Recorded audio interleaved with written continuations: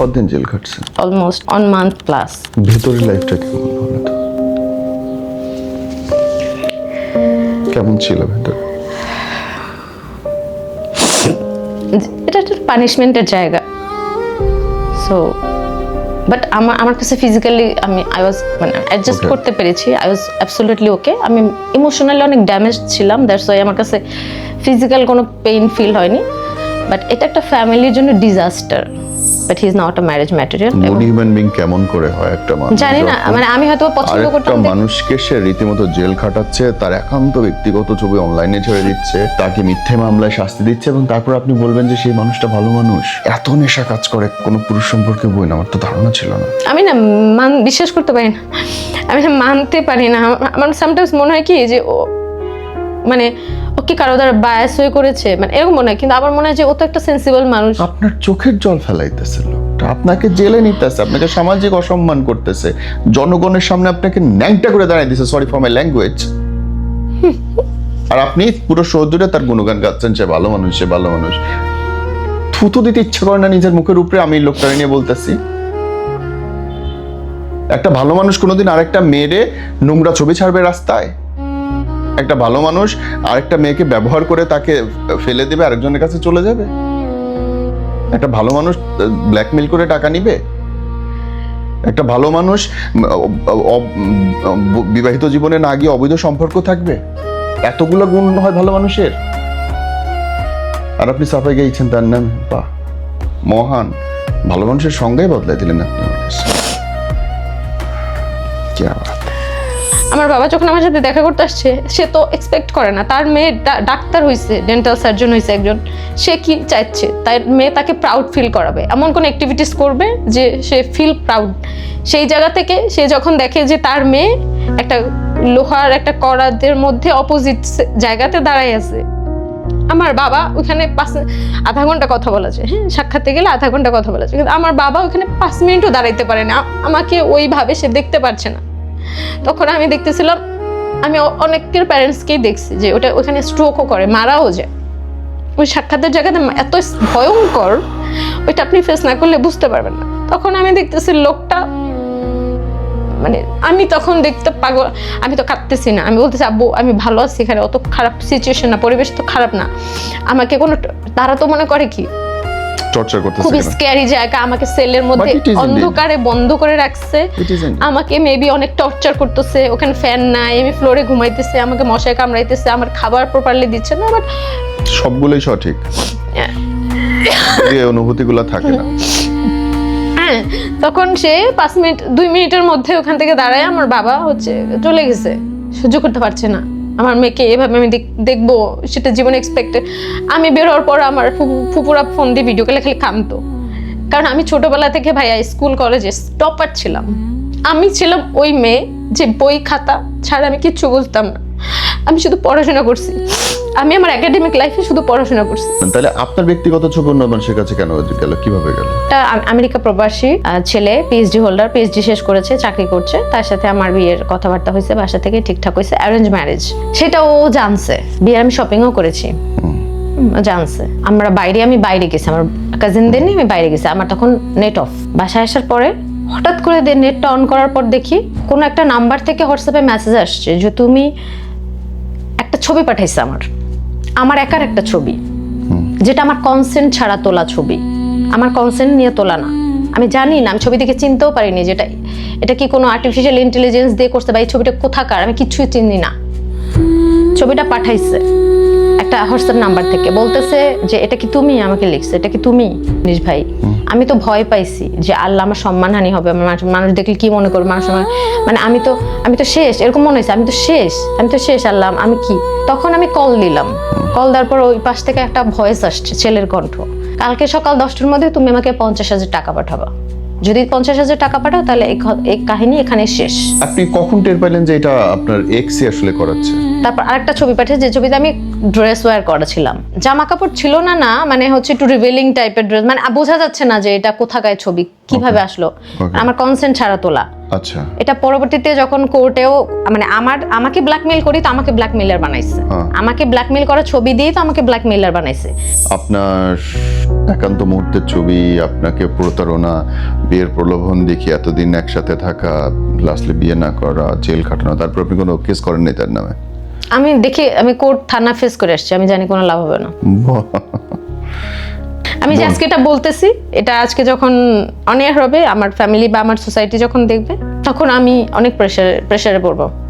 আমাকে না করতে অসংখ্যবার, তুমি কোথাও কোনো প্রেসে ডাকলে যাবে না, কোথাও ইন্টারভিউ দিবে না, তুমি মুখ খুলবে না। এইটাই তো আমাদের মধ্যে। আমি যখন ভিতরে ছিলাম আমাকে এটা বলে বের করছে, কারোর সাথে কথা বলবো না, এটা বের হওয়ার পরে চুপ হয়ে যাবা, এখান থেকে বের হওয়ার পরে চুপচাপ ঘরে বসে থাকবা, কোনো কথা বলতে পারবা না। আমার সাথে হলো অপরাধ আর আমি হয়ে যাবো চুপ। তখন আমি সোশ্যাল মিডিয়াতে পোস্টটা এই জন্যই করেছিলাম, আমি ওকে পোস্টটা করেছি যেটা ও দেখবে, দেখে ও আমার পিছনে আর লাগবে না, ও ওর মতো লাইফ লিড করবে, আমার মতো লাইফ লিড করবে। ওনার নাম ব্যবহার করেছেন পোস্টে? ওনার নাম ব্যবহার করেছি। না, দুইজনই একই রকম কাজ করলেন। উনি থার্ড পার্টির কাছে আপনার খোলামেলা ছবি পাঠাইলো, আপনি ফেসবুকে এসে দুনিয়াতে তাকে খোলামেলা করে দিলেন। না, আমি তার কোনো কিছু এক্সপোজ করিনি। তার নামটা তো মেনশন করছেন যে হ্যাঁ। ইউ ডিড উইথ অ্যালার্ট করেছি না, কিছুই আমি অ্যালার্ট করেছি তাকে। যে চেষ্টাই করেন, এন্ড অফ দ্য ডেতে আপনি পাবলিকলি করছেন কাজটা। আচ্ছা, হ্যাঁ, যদি দুইটাই সেম অপরাধী হইছে। তাইলে এটা যদি আমার অপরাধ হয়ে থাকে, Obviously একটা এটা মানুষ অপরাধ। আমাকে ব্ল্যাকমেইল করতেছে কন্টিনিউয়াসলি, ওইটা আমাকে তো মহা অপরাধ অবশ্যই, কিন্তু এটা অপরাধ। অপরাধ দিয়ে অপরাধ কাটাকাটি হয় না, সম্ভব না, দুটাই অপরাধ। হ্যাঁ, তখন আমি এবং আইনত সেটা দণ্ডনীয় অপরাধ, দুটোই। মানে পোস্ট করাটা পোস্ট করা আইনত দণ্ডনীয় অপরাধ। কারো নাম নিয়ে তাকে তথ্য প্রমাণ ছাড়া বা কেসের ছাড়া বা জিডি নম্বর ছাড়া যদি আপনি প্রমাণ করেন বা লিখেন, আইনে তো বিচারকের দিন জিনিসটা সেটা অপরাধ। তথ্য প্রযুক্তি আইন নতুনটাতেও অপরাধ ছিল, আগেরটাতেও অপরাধ। এখন আমার কাছে তো তথ্য প্রমাণ ছিল। বিচারের ভার আপনার না, সরি, তথ্য প্রমাণ আছে গো টু দ্য আদালত, সালিসি কমিটি। পাবলিক নাম লিখতে পারবেন না, নিয়মেই নেই। চাইলে যে কেউ আপনার নামে মানহানি মামলা করতে পারবে। তা ও সর্বোচ্চ মানহানি 50 লাখ মামলা টাকা। করতে পারেনি কেন? করে নাই অন্য, মানে হোয়াট এভার, আমি কেন করেনি সেটা বলছি না। আমি বললাম মূল ভিত্তিটা দুজনেরই মূল ভিত্তি অপরাধমূলক। প্রেম করার কারণে আপনি জেলে গেলেন, এবং এমন একটা জায়গায় যখন লোকটা আপনাকে বিয়ের কথা বললে, অ্যাফেয়ার যাচ্ছে শেষ মুহূর্তে, একদম 11th আওয়ার 11th আওয়ারে আপনি জানতে পারলেন যে সেটা আমি অতীতের মানুষটার কাছে আবার ফিরে যাইতে চাচ্ছে। এরকম যে উনি ডিভোর্সড, হ্যাঁ। He is completely single, and আমি যখন দেখলাম যে ওনার আসলে কোনো সন্তানও নেই, জি, তখন আমার মনে হয়েছে যে ঠিক আছে, একটা মানুষের পাস্ট থাকতে পারে, পাস্টে তার একটা বিয়ে থাকতে পারে, এবং যখন সে ডিভোর্সড হয়ে যাবে তখন তো সেটা আর ক্যারি করছে না। সে ক্যারি করছে না, সে একটা সিঙ্গেল পার্সন, সে যে কোনো মানুষকে পছন্দ করতে পারে। আপনারা লিভিং এ ছিলেন কখনো? রিলেশনশিপে তো টুকটাক ইন্টিমেসি হয়, যেটা হয় আর কি। ওনার এক্স ওয়াইফ আমাকে একটা কথা বলছিল, ও মানুষ হিসেবে ভালো, বাট ও পার্টনার হিসেবে ভালো না, ভালো হাজবেন্ড না, বা ভালো প্রেমিক না। ওই ছেলেটার ধর্ম, রিলিজন ছিল ডিফারেন্ট, সে হিন্দু ছিল, আমি হতেই পারে। মুসলমান ছিলাম। উনি মনে হয় আমার জীবনের ফার্স্ট ক্র্যাশ।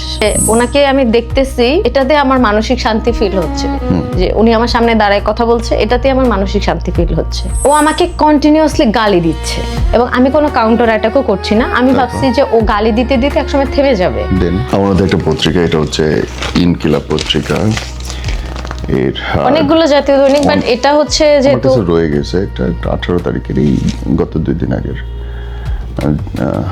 এই সালের আর কি। তো এখানে প্রথম পাতার একটা নিউজ আপনাদের দেখাই।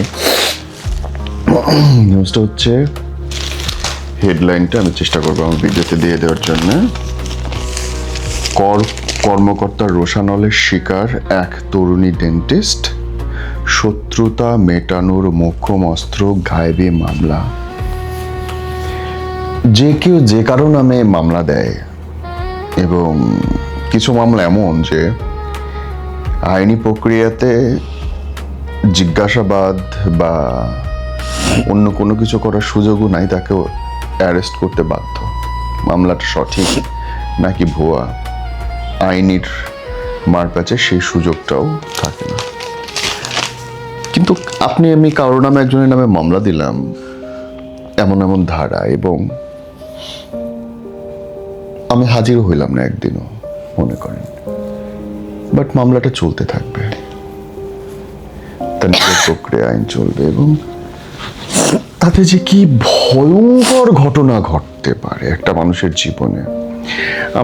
আপনি যাকে এখন দেখতে পাচ্ছেন স্ক্রিনে, এই মানুষটা একজন ডাক্তার, দাঁতের ডাক্তার, প্রভাবশালী সংসারের মেয়ে, সম্ভ্রান্ত পরিবারের সন্তান, অথচ শুধুমাত্র ফাঁসাতে চাইছে একজন এবং সফল। কি অদ্ভুত বাজে অবস্থায় চলে গেছে তার জীবনটা, আপনি না শুনলে বিশ্বাস করতে পারবেন না। আপু, ডাকনাম কি তোমার? আমার ডাকনাম হচ্ছে স্বর্ণাম। স্বর্ণা, আমি কথা বলতেছি অলরেডি তুমি কাঁদতেছো। হোয়াট হ্যাপেন বোন? মানে তোমাকে দেখে মনে হয় আমি অনেক স্ট্রং ভাইয়া, কিন্তু আমি না সোসাইটির মানুষদের কথা আমি আর নিতে পারছি না। সবাই জানে মিথ্যা, যারা জানবে যে এটা তারা বলবে যে তুমি লোভী, তারা বিহাইন্ড দ্য স্টোরি জানে না। তুমি লোভী, সরকারি চাকরি, তিনি রাজস্ব কর্মকর্তা, তার অনেক টাকা, তুমি নিশ্চয়ই তার থেকে ফাইন্যান্সিয়ালি অনেক বেনিফিটেড হয়েছো, সরকারি চাকরি। বাট আমার কি, আমি একজন সেলফ ডিপেন্ডেন্ট উইমেন, আমার কি আসলেই দরকার আছে? বা আমি চাইলে সরকারি চাকরিজীবী একটা ছেলেকে বিয়ে করতে পারি না? বা মানে আরো ভালো পারো, এটা কি ম্যাটার করে আমার কাছে? ম্যাটার করে না। কিন্তু এই ধরনের কোশ্চেন যারা জানে তাদের কাছ থেকে ফেস করি, বা সবাই জানে যেটা মিথ্যা বা এটা খারিজ হয়ে গেছে, তারপর আমাকে বলবে, তারপর আমাকে হিট করবে। মানে কিছু না পাইলে তার সাথে আমার ক্ল্যাশও হয় না, ঝগড়াও হয় না, কিছু হয় না। ধরেন একটা নর্মাল একটা কথা হচ্ছে, কনভারসেশন, তার মধ্যে হিট করতে গেলে ওইটাই বলবে যে তুমি তো মামলা খাইছো, তুমি তো জেল খাটছো। কতদিন জেল খাটছেন? এটা হচ্ছে অলমোস্ট 1 month প্লাস। একটা 420-406 এর মামলা, যেটা মামলাই না কোনো, যেটা কোনো মামলাই না ধরতে গেলে। ভেতরের লাইফটা কেমন বলো তো? কেমন ছিল ভেতরে? এটা একটা পানিশমেন্টের জায়গা। সো বাট আমার কাছে ফিজিক্যালি আই ওয়াজ মানে অ্যাডজাস্ট Okay. করতে পেরেছি, আই ওয়াজ অ্যাবসলিউটলি ওকে। আমি ইমোশনালি অনেক ড্যামেজ ছিলাম, দ্যাটস ওয়াই আমার কাছে ফিজিক্যাল কোনো পেইন ফিল হয়নি। বাট এটা একটা ফ্যামিলির জন্য ডিজাস্টার, আমি বলবো। একটা ফুল ফ্যামিলি, একটা ফ্যামিলি তার 14 গোষ্ঠীর জন্য ডিজাস্টার। একটা শিক্ষিত সুন্দরী যোগ্য মেয়ে এই প্রতারণার ফাঁদে পড়ে মিথ্যে মামলায় জেল যাও। আমাকে শুরু থেকে আসো, হাউ ইট স্টার্টেড আপু?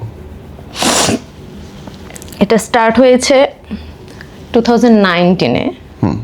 হয় না, আই ওয়াজ কিড, মানে আমি কেবল গ্রাজুয়েশন মানে উঠেছি আর কি, গ্রাজুয়েশন লেভেলে পড়তেছি আর কি, অনার্স। আমি হচ্ছে প্রাইভেট ডেন্টাল কলেজ থেকে হচ্ছে বিডিএস করছি। তো অপোজিট যে লোকটা, ওনাকে আমি তখন ওনাকে আমি ফার্স্ট ওনার নাম চিনতাম। উনি খুবই ইন্টেলেকচুয়াল, ছোটবেলা থেকে আমি একটু ব্রিলিয়ান্ট ইন্টেলেকচুয়াল টাইপের পার্সোনালিটির ছেলেদের ভাল লাগে আর কি, যারা কথাবার্তায় ভালো, মেধাবী বা অনেক নলেজেবল পার্সোনালিটি। আমি তাদের সাথে কথা বলি, যে মনে হয় যে এই মানুষদের কাছ থেকে অনেক কিছু শেখার আছে। তো ওনাকে আমি চিনতাম, উনি একজন চিকিৎসক, মানে পেশায় উনি একজন চিকিৎসক। উনি ঢাকা মেডিকেল কলেজ থেকে MBBS কমপ্লিট করেছেন। সো এবং অনেক স্টুডেন্টকে পড়িয়েছেন উনি অ্যাজ এ মেন্টর হিসেবে। আমি ওনাকে চিনতাম যে উনি যাকেই পড়ান সেই চান্স পান। প্রচুর স্টুডেন্টস ওনার আছে, স্টুডেন্টস বেজ ওনার আছে, যাদেরকে উনি পড়িয়ে চান্স পাওয়াইছেন। সেই জায়গা থেকে কোনো একটা গ্যাদারিংয়ে হয়তো বা ওনাকে আমি দেখেছি। অ্যান্ড উনি মনে হয় আমার জীবনের ফার্স্ট ক্রাশ। মানে আমি কোনো ক্রাশ খাই না, মানে আছে না যে দেখে ক্রাশ খাইছি, ওনাকে দেখে আমি ক্রাশ খাইনি। বাট উনি ওনার সারাউন্ডিংস মানুষদের সাথে ডিসকাশন করতেছিল বা কোনো একটা টপিক নিয়ে কথা বলছিল। দ্যাট টাইম মানে আধা ঘন্টার মতো হয়তো বা মেবি বা তারও কম। উনি যখন কথা বলছিল মানে আমি জাস্ট তাকাইছিলাম মুগ্ধ হয়ে, যে এত মানুষ এত ওয়েল অর্গানাইজডভাবে, এত সুন্দরভাবে, এত সুন্দর সুন্দর কথা কিভাবে বলে। এবং যেহেতু উনি অনেক বই পড়ে, ওনার প্রত্যেকটা কোশ্চেনের অ্যান্সার ওনার কাছে আছে। আপনি যে কোনো জিনিস জিজ্ঞেস করলে উনি আপনাকে অ্যান্সার করতে পারবেন। অনেক ওনার কাছ থেকে অনেক কিছু পজিটিভিটি পিক করার আছে, মিথ্যা কথা বলে তো লাভ নেই। সো ওই জায়গা থেকে আমার আরও ছোট ছিলাম, একটা ভালো লাগা কাজ করেছে। এবং আমি ওনার হোয়াটসঅ্যাপ নাম্বারটা চেয়েছি, যে ভাই কাইন্ডলি আপনার নাম্বারটা কি পাওয়া যাবে? হতে পারে, এটা স্বাভাবিক প্রক্রিয়া। অ্যান্ড দ্যাট তখন একটা ডাক্তার ডিএমসি থেকে পড়া, মানে আমাদের একটা ফ্যাসিনেশন কাজ করতো। সেই জায়গা থেকে একটা ভালো লাগা কাজ করেছে। ওনার ম্যারিটাল স্ট্যাটাস আমি জানতাম না, বাট আমি জানতাম যে উনি একটা আনহেলদি ম্যারিড লাইফ লিড করছেন, মানে ওনারা সেপারেটেড আছেন বাট নট ডিভোর্সড। তো তারপরে তো উনি ম্যারিডই তখন ছিলেন, তখনও আমি সেটাও জানতাম না। আচ্ছা, আর আমাকে যে মানুষ বলে যে আমি লোভী, আমি তখন তার কোনো আলাদা ডিজিগনেশনই জানি না। উনি যে একজন রাজস্ব কর্মকর্তা সেটা আমি অনেক বছর জানি না। সেটা আমি 2024 সালে এসে জানছি। আপনাদের অ্যাফেয়ার হয় কবে থেকে?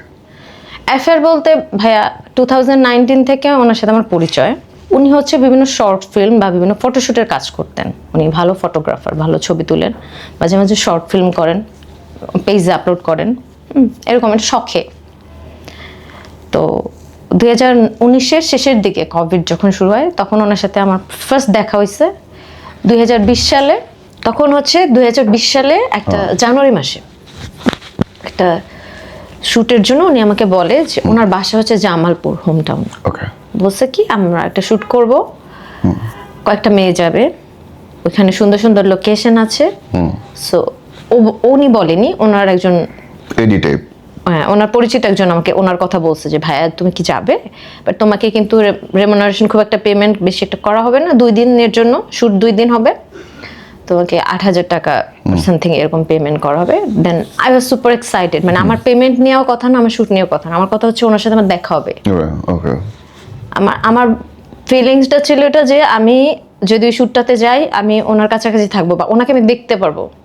ওনার প্রতি আমার মানে ফ্যাসিনেশন, এরকম আগ্রহের জায়গাটা, জিনিসটা এরকম ছিল যে ওনাকে আমি দেখতেছি, এটাতে আমার মানসিক শান্তি ফিল হচ্ছে, যে উনি আমার সামনে দাঁড়ায় কথা বলছে, এটাতে আমার মানসিক শান্তি ফিল হচ্ছে।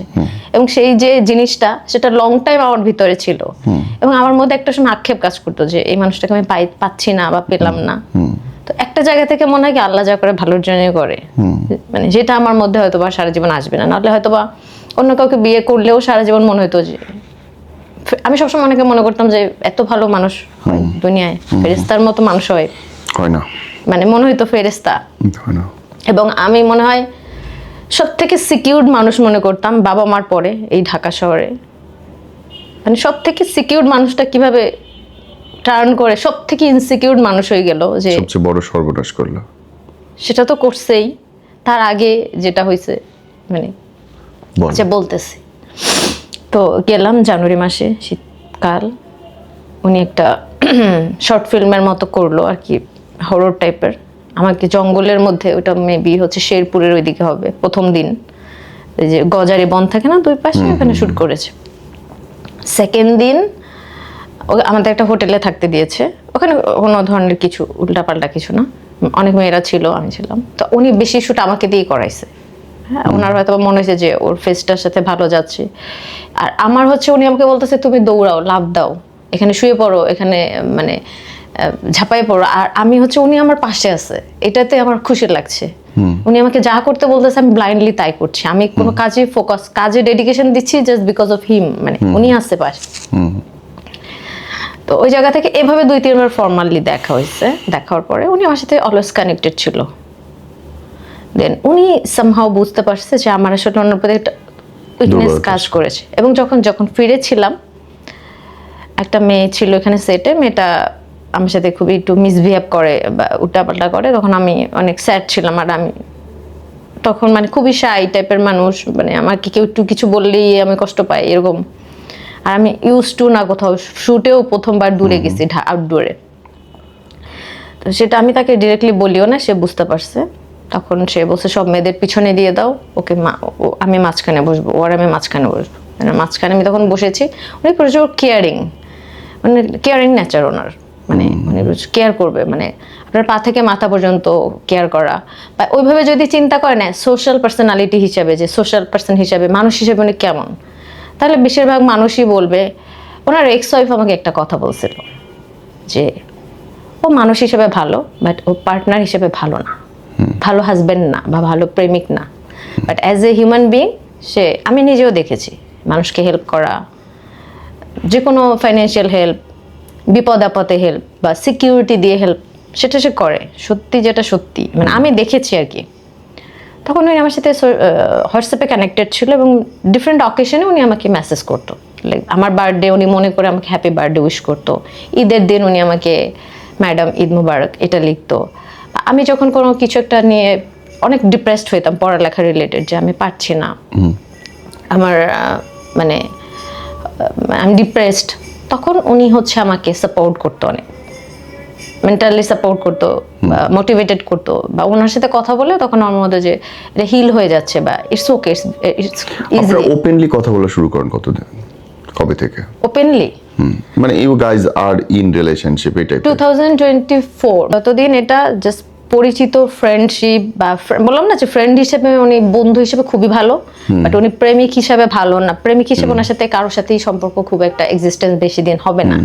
সো ওনার সাথে যখন আমার ওই জিনিসটা ছিল যে উনি আমার ক্রাশ, এবং দূর থেকে কিন্তু সব জিনিসই আমাদের ভালো লাগে, সুন্দর লাগে, রাইট? সো দূর থেকে যখন আমি ওনাকে একটু একটু দেখছি, একবার কথা বলছি, তখন যে আমার মধ্যে যে একটা মানে তৃষ্ণা, যে আল্লাহ ওনাকে আবার দেখতে পারতাম, ওনাকে আবার কথা বলতে পারতাম, ওনার পাশে একটু দাঁড়াইতে পারতাম, ওনার পাশে একটু বসতে পারতাম, এই জিনিসটা যখন ওনার সাথে আমি ক্লোজ হয়ে গিয়েছি বা আমাদের বিয়ের কথাবার্তা হয়েছে, যখন প্রেমে টার্ন করেছে, ওনার আমার প্রতি অবসেশন ক্রিয়েট হয়েছে, বা আমার এই জিনিসটা যখন হয়েছে, তখন জিনিসটা আস্তে আস্তে আমার ভিতর থেকে অনেক কিছু ওনার প্রতি ওই জিনিসটা আস্তে আস্তে কমতে থাকছে।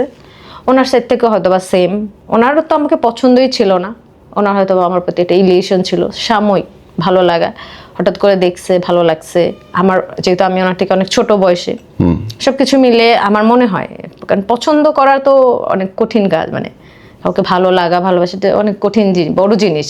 এটা করলে কেউ আপনি কখনো প্রপোজ করছিলেন তাকে?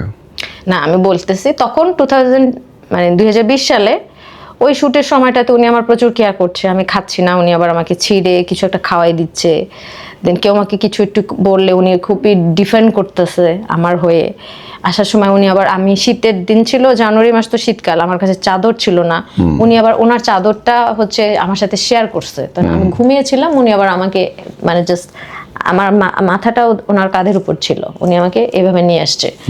তো এটা আসার পরে আমার তো আরো বেশি আমি ওনার প্রতি হ্যাঁ, তখন 3-4 দিন ধরে আমি খুবই ডিস্টার্ব ফিল করছি, ভালো লাগছে না, কিছু ভালো লাগছে না, ওনাকে আমি ডিরেক্টলি বলছি না, বাট আমার ওয়ে অফ টকিং এ উনি সামহাও বুঝে গিয়েছে যে আমি আসলে ওনাকে পছন্দ করতেছি।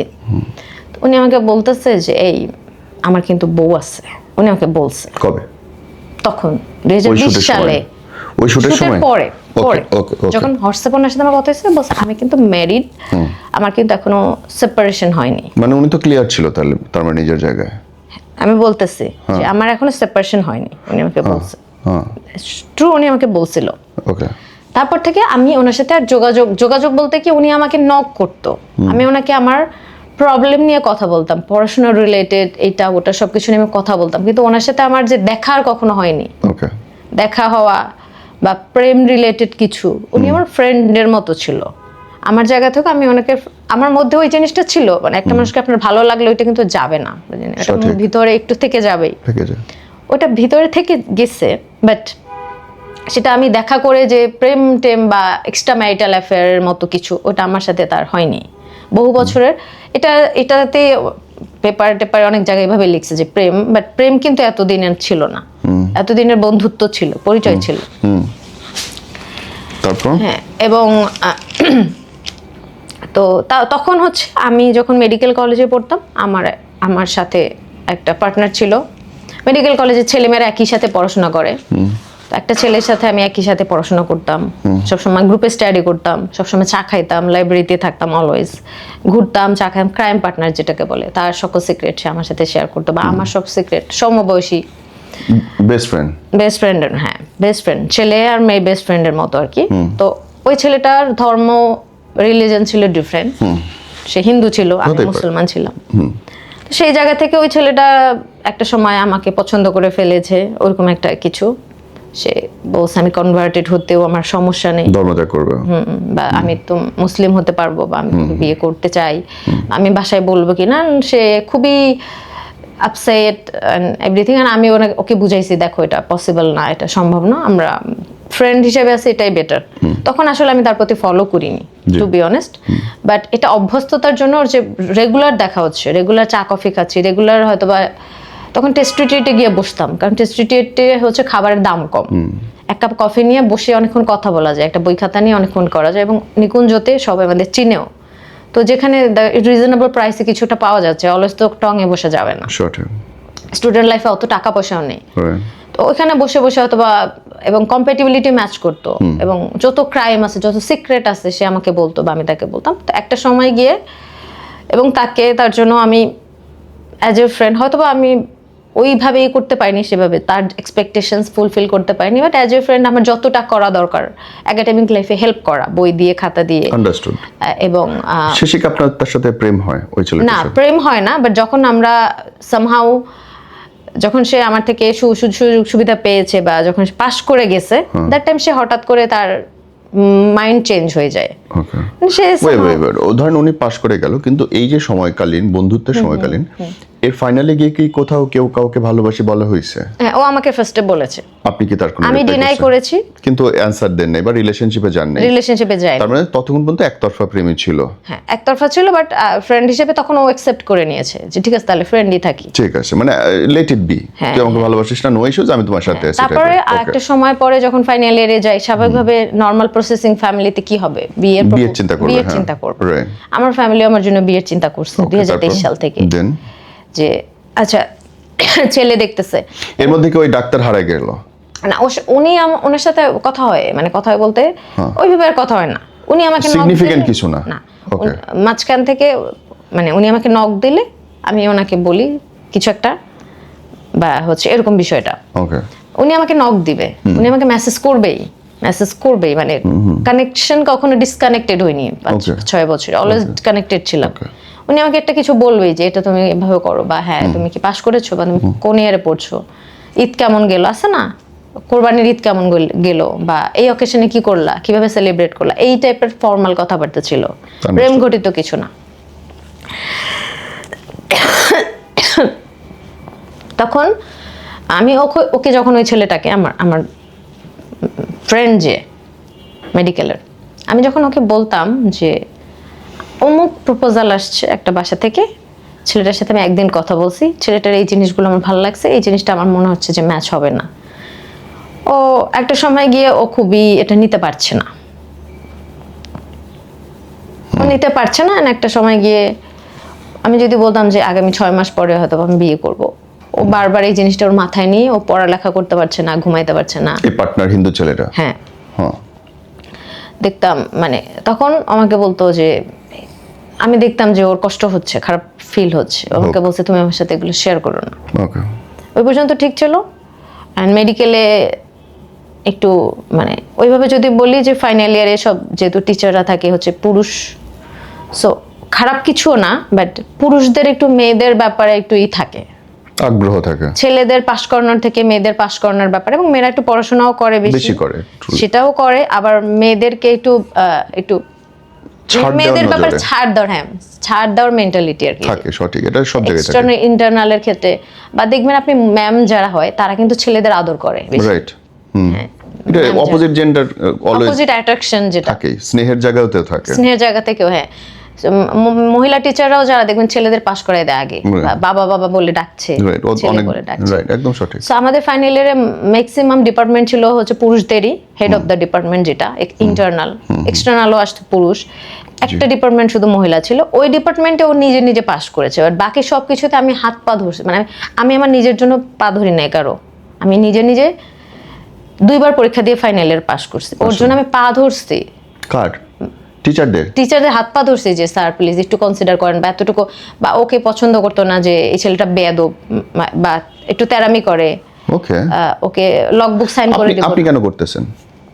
আমি কেন করতেছি আমি নিজেও জানি না, আমি বন্ধুত্বের খাতিরে করতেছি, হয়তো বা মেবি আমার ফ্রেন্ড, ভালো ফ্রেন্ড, আমার এত ভালো ফ্রেন্ড যে তার জন্য আপনি টিচারদের পা ধরতে হবে, হাত ধরতে হবে, রিকোয়েস্ট করতে হবে যে পাস করে দেন, তো বাড়াবাড়ি হয়ে গেল না ব্যাপারটা? না, ও যখন এসে আমাকে বলতো যে ওর লগবুক সাইন হচ্ছে না, বা ও সেন্টার পাইনি, ওর তখন 7 দিন অসুস্থ ও ছিল, ওর কি যেন হয়েছিল। আমি কেন বারে বারে এই কথাটা বলছি যে তুমি ওর জন্য কেন পা ধরছো, বিকজ যখন পা ধরা না, হাত ধরা, রিকোয়েস্ট করা, হোয়াটএভার, যে তুমি যখন অনেক বেশি দায়বদ্ধ থাকো কোনো সম্পর্কে, তখন তুমি চাইবে যে ছেলেটা উঠে আসুক, ছেলেটা বেঁচে আসুক। না, দায়বদ্ধতার জায়গা না, ও হচ্ছে ভালো স্টুডেন্ট, ও সবসময় একবারে পাস করেছে, এখন ফাইনাল ইয়ারে গিয়ে ওর হচ্ছে সেন্টার পাচ্ছে না, মানে বসার পারমিশন পাচ্ছে না। আমরা ভুলে গেলাম এটাতে।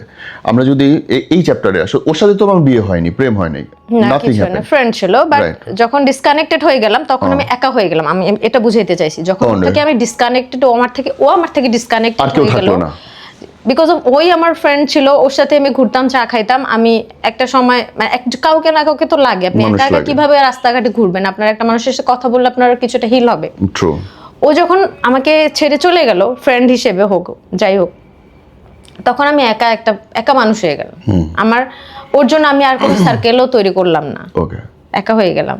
তখন আমি খুবই 2024 সালের প্রথম দিকের কথা বলতেছি, আমি খুবই লোনলিনেসে ভুগছি। আমি কাজ করছি, প্র্যাকটিস করছি, সবকিছুই করছি, বাট একা। এক কাপ চা খাইতে যে যাব, কার সাথে যাব, কেউ নাই। তখন না একা একা লাগতো অনেক, মানে আর ওইটা তখন ওকে আমার মনে আসতো, মিস করতাম তখন। বাট ও থাকাকালীন অবস্থায় যে মানে ওকে আমি তুই ব্রো এমনি করে আর কি থাপ্পড় দেওয়া দিয়ে ফ্রেন্ডশিপ ছিল। তো ওই সময়তে ওই অফিসার, ওই কর্মকর্তা, উনি আমাকে অলওয়েজই কানেক্টেড ছিল হোয়াটসঅ্যাপে, উনি আমার সাথে সবসময় কথা বলতো, বাট কখনো দেখা হয়নি। তো 2024-এ একদিন সামহাউ আমি এমনিতেই বলতেছিলাম যে আমি আসলে আপসেট, আমি কি করলে আমার আসলে ভিতরটা একটু হালকা হবে, আমি কি করতে চাই। উনি তখন আমাকে বলছে যে কেন আপসেট হবা, জীবনটা আল্লাহর দান, মানে life is gift by almighty, so live your life. এভাবে বুঝাইতো, লাইফটা লিভ করতে হবে। তুমি চাইলে কোনো বৃদ্ধাশ্রমে যাইতে পারো, বা তুমি চাইলে কোনো গরিব মানুষদেরকে কিছু খাবার খাওয়াইতে পারো, তাহলে দেখবো তোমার ভালো লাগছে। উনি আমাকে অ্যাডভাইস দিল এটা, যে তুমি এটা করো। তো ঠিক আছে, এটা বলতে বলতে একটা সময় একদিন উনি আমাকে বললো যে তুমি কোথায় আছো? আমি বলছি আমি বাসায় আছি, বিকালবেলা। তুমি একটা সিএনজি নিয়ে বসুন্ধরা সিটি চলে আসো, আমরা একটা মুভি দেখি। আমি ফ্রি আছি এখন, আসো মুভি দেখি একটা, আসবা? আমি প্রথমে বলছি কি আমি আচ্ছা আসবো। তারপর কিছুক্ষণ চিন্তা করলাম যে আমার এখন রেডি হতে হবে, আমি মানসিকভাবেও আমার ভালো লাগছে না, কিছুই আমার ভালো লাগছে না সামহাউ। তো তারপর কেন যেন আমি গেলাম না, উনি ডাকার পরেও আমি গেলাম না। তারপরে উনি পরে আবার আমাকে ফোন করছে, তুমি আসোনি কেন? আমি টিকিট কাটলাম 2টা, আমাকে দেখাইছে ছবি। তারপর আমার একা আমি মুভিটা দেখলাম। আমি বলছি যে আমি একটা কাজে আটকাই গেছিলাম, এরকম একটা কিছু বলছি, এই জন্য আমি যেতে পারিনি। তারপরে আমার সাথে কথা স্টার্ট হয়েছে র্যান্ডম বেশি কথা। আগে কথা হয়তো কম, এখন বেশি কথা হচ্ছে। পুরো হাতে সময় ফাঁকা তোমার। তারপরে র্যান্ডম কথা হচ্ছে। আরেকদিন উনি হঠাৎ করে আমাকে মেসেজ দিছে যে তুমি যমুনা, উনি মুভি ফ্রিক, অনেক সাইকো থ্রিলার, ক্রাইম থ্রিলার বা বিভিন্ন অ্যানিমেশন টাইপের মুভি দেখে। আমিও সেম, আমি ব্লকবাস্টার বা সিনেপ্লেক্সে যে কোনো মুভি রিলিজ হলে আমি দেখবো। আমি মুভি দেখতে অনেক পছন্দ করি, হলে দেখতে বা বাসায়ও দেখি। এবং ওনার সাথে আমার কম্প্যাটিবিলিটি 90% ম্যাচ করে যায়। এমন হয়েছে উনি আর আমি কফি নিয়ে বসছি, মানে I don't think so owner entire লাইফে উনি কোনো মেয়ে বা কোনো মানুষের সাথে এত লং টাইম ডিসকাশন করেছে। উনি আর আমি একটা কফি নিয়ে এক জায়গায় বসে আছি, একটা না 7-8-10 ঘন্টাও কথা বলছি, নন স্টপ একই জায়গায় বসে, খাইনি, শুধু চা কফি খাইছি, জাস্ট ডিসকাশন করতেছি। উনি ওনার লাইফের সকল সিক্রেট আমাকে শেয়ার করছে, আমিও আমার সকল। উনি বলছে যে আমি তোমার সবকিছু শুনতে চাই, তুমি সবকিছু আমার সাথে ফ্রেন্ডলি বলতে পারো, কোনো সমস্যা নেই। উনি আমাকে বলছে তুমি যমুনা ফিউচার পার্কে আসো, মুভি দেখি। ওই দিন আমি গেছি। যেটা ছিল ভাইয়া, যখন ছোটবেলায় ছিলাম তখন একটু টমবয় টাইপ ছিলাম, যে জিন্স পরতাম, শার্ট পরতাম, হ্যাঁ, চুলে কালার করা ছিল, ওই ভাইবের ছিলাম। 2024 থেকে আমি নিজেই আমার মধ্যে একটা মনে হচ্ছে আমি একটা বাঙালি মেয়ে বা বাঙালিয়ানা আমার মধ্যে অটোমেটিক্যালি কেন যেন আসছে ট্রান্সফরমেশনটা। হঠাৎ একদিন মনে হয়েছে আমি আমার চুল কালো করবো। আগে চুলে কালার করতাম, সব কালার অ্যাপ্লাই করা হয়ে গেছে, যে কোনো ট্রেন্ডিং কালার হলে আমি চুলে অ্যাপ্লাই করতাম। আমি চুল কালো করে ফেলবো, আমার কালার চুলে আমার অস্বস্তি লাগতেছে, আমি কালো করে ফেলবো। দেন আমি চুল কালো করলাম, ওয়েস্টার্ন আউটফিট পুরো বাদ দিয়ে দিলাম নিজেই। এটা আমাকে কেউ বলে নাই। আমি দেশীয় ড্রেস সব থেকে বেশি ক্যারি করতাম, শাড়ি, প্রচুর শাড়ি পরতাম। শাড়ি পরলে কেন যেন মনে হতো যে খুব ভালো লাগছে, শাড়ি, জুয়েলারি, এই দেশীয় আউটফিটগুলো পরতাম, সালোয়ার কামিজ, হ্যাঁ, ওয়েস্টার্ন।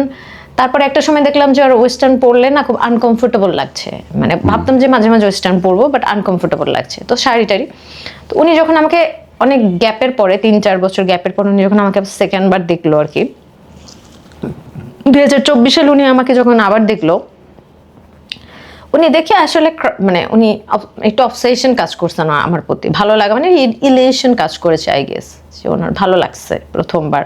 উনি আমাকে নোটিস করছে, তখন আমি শাড়ি পরে গেছিলাম, একটা একটা সিল্কের একটা শাড়ি পরা ছিলাম, জর্জের সিল্ক টাইপের। অ্যান্ড উনি যে যেরকম ক্রাইটেরিয়া পছন্দ করে, আমি কিন্তু জানতাম না যে ওনার এই ক্রাইটেরিয়া পছন্দ, কারণ ওনার সাথে আবার এইসব নিয়ে কখনো কথা হয়নি যে ওনার কি ক্রাইটেরিয়া পছন্দ।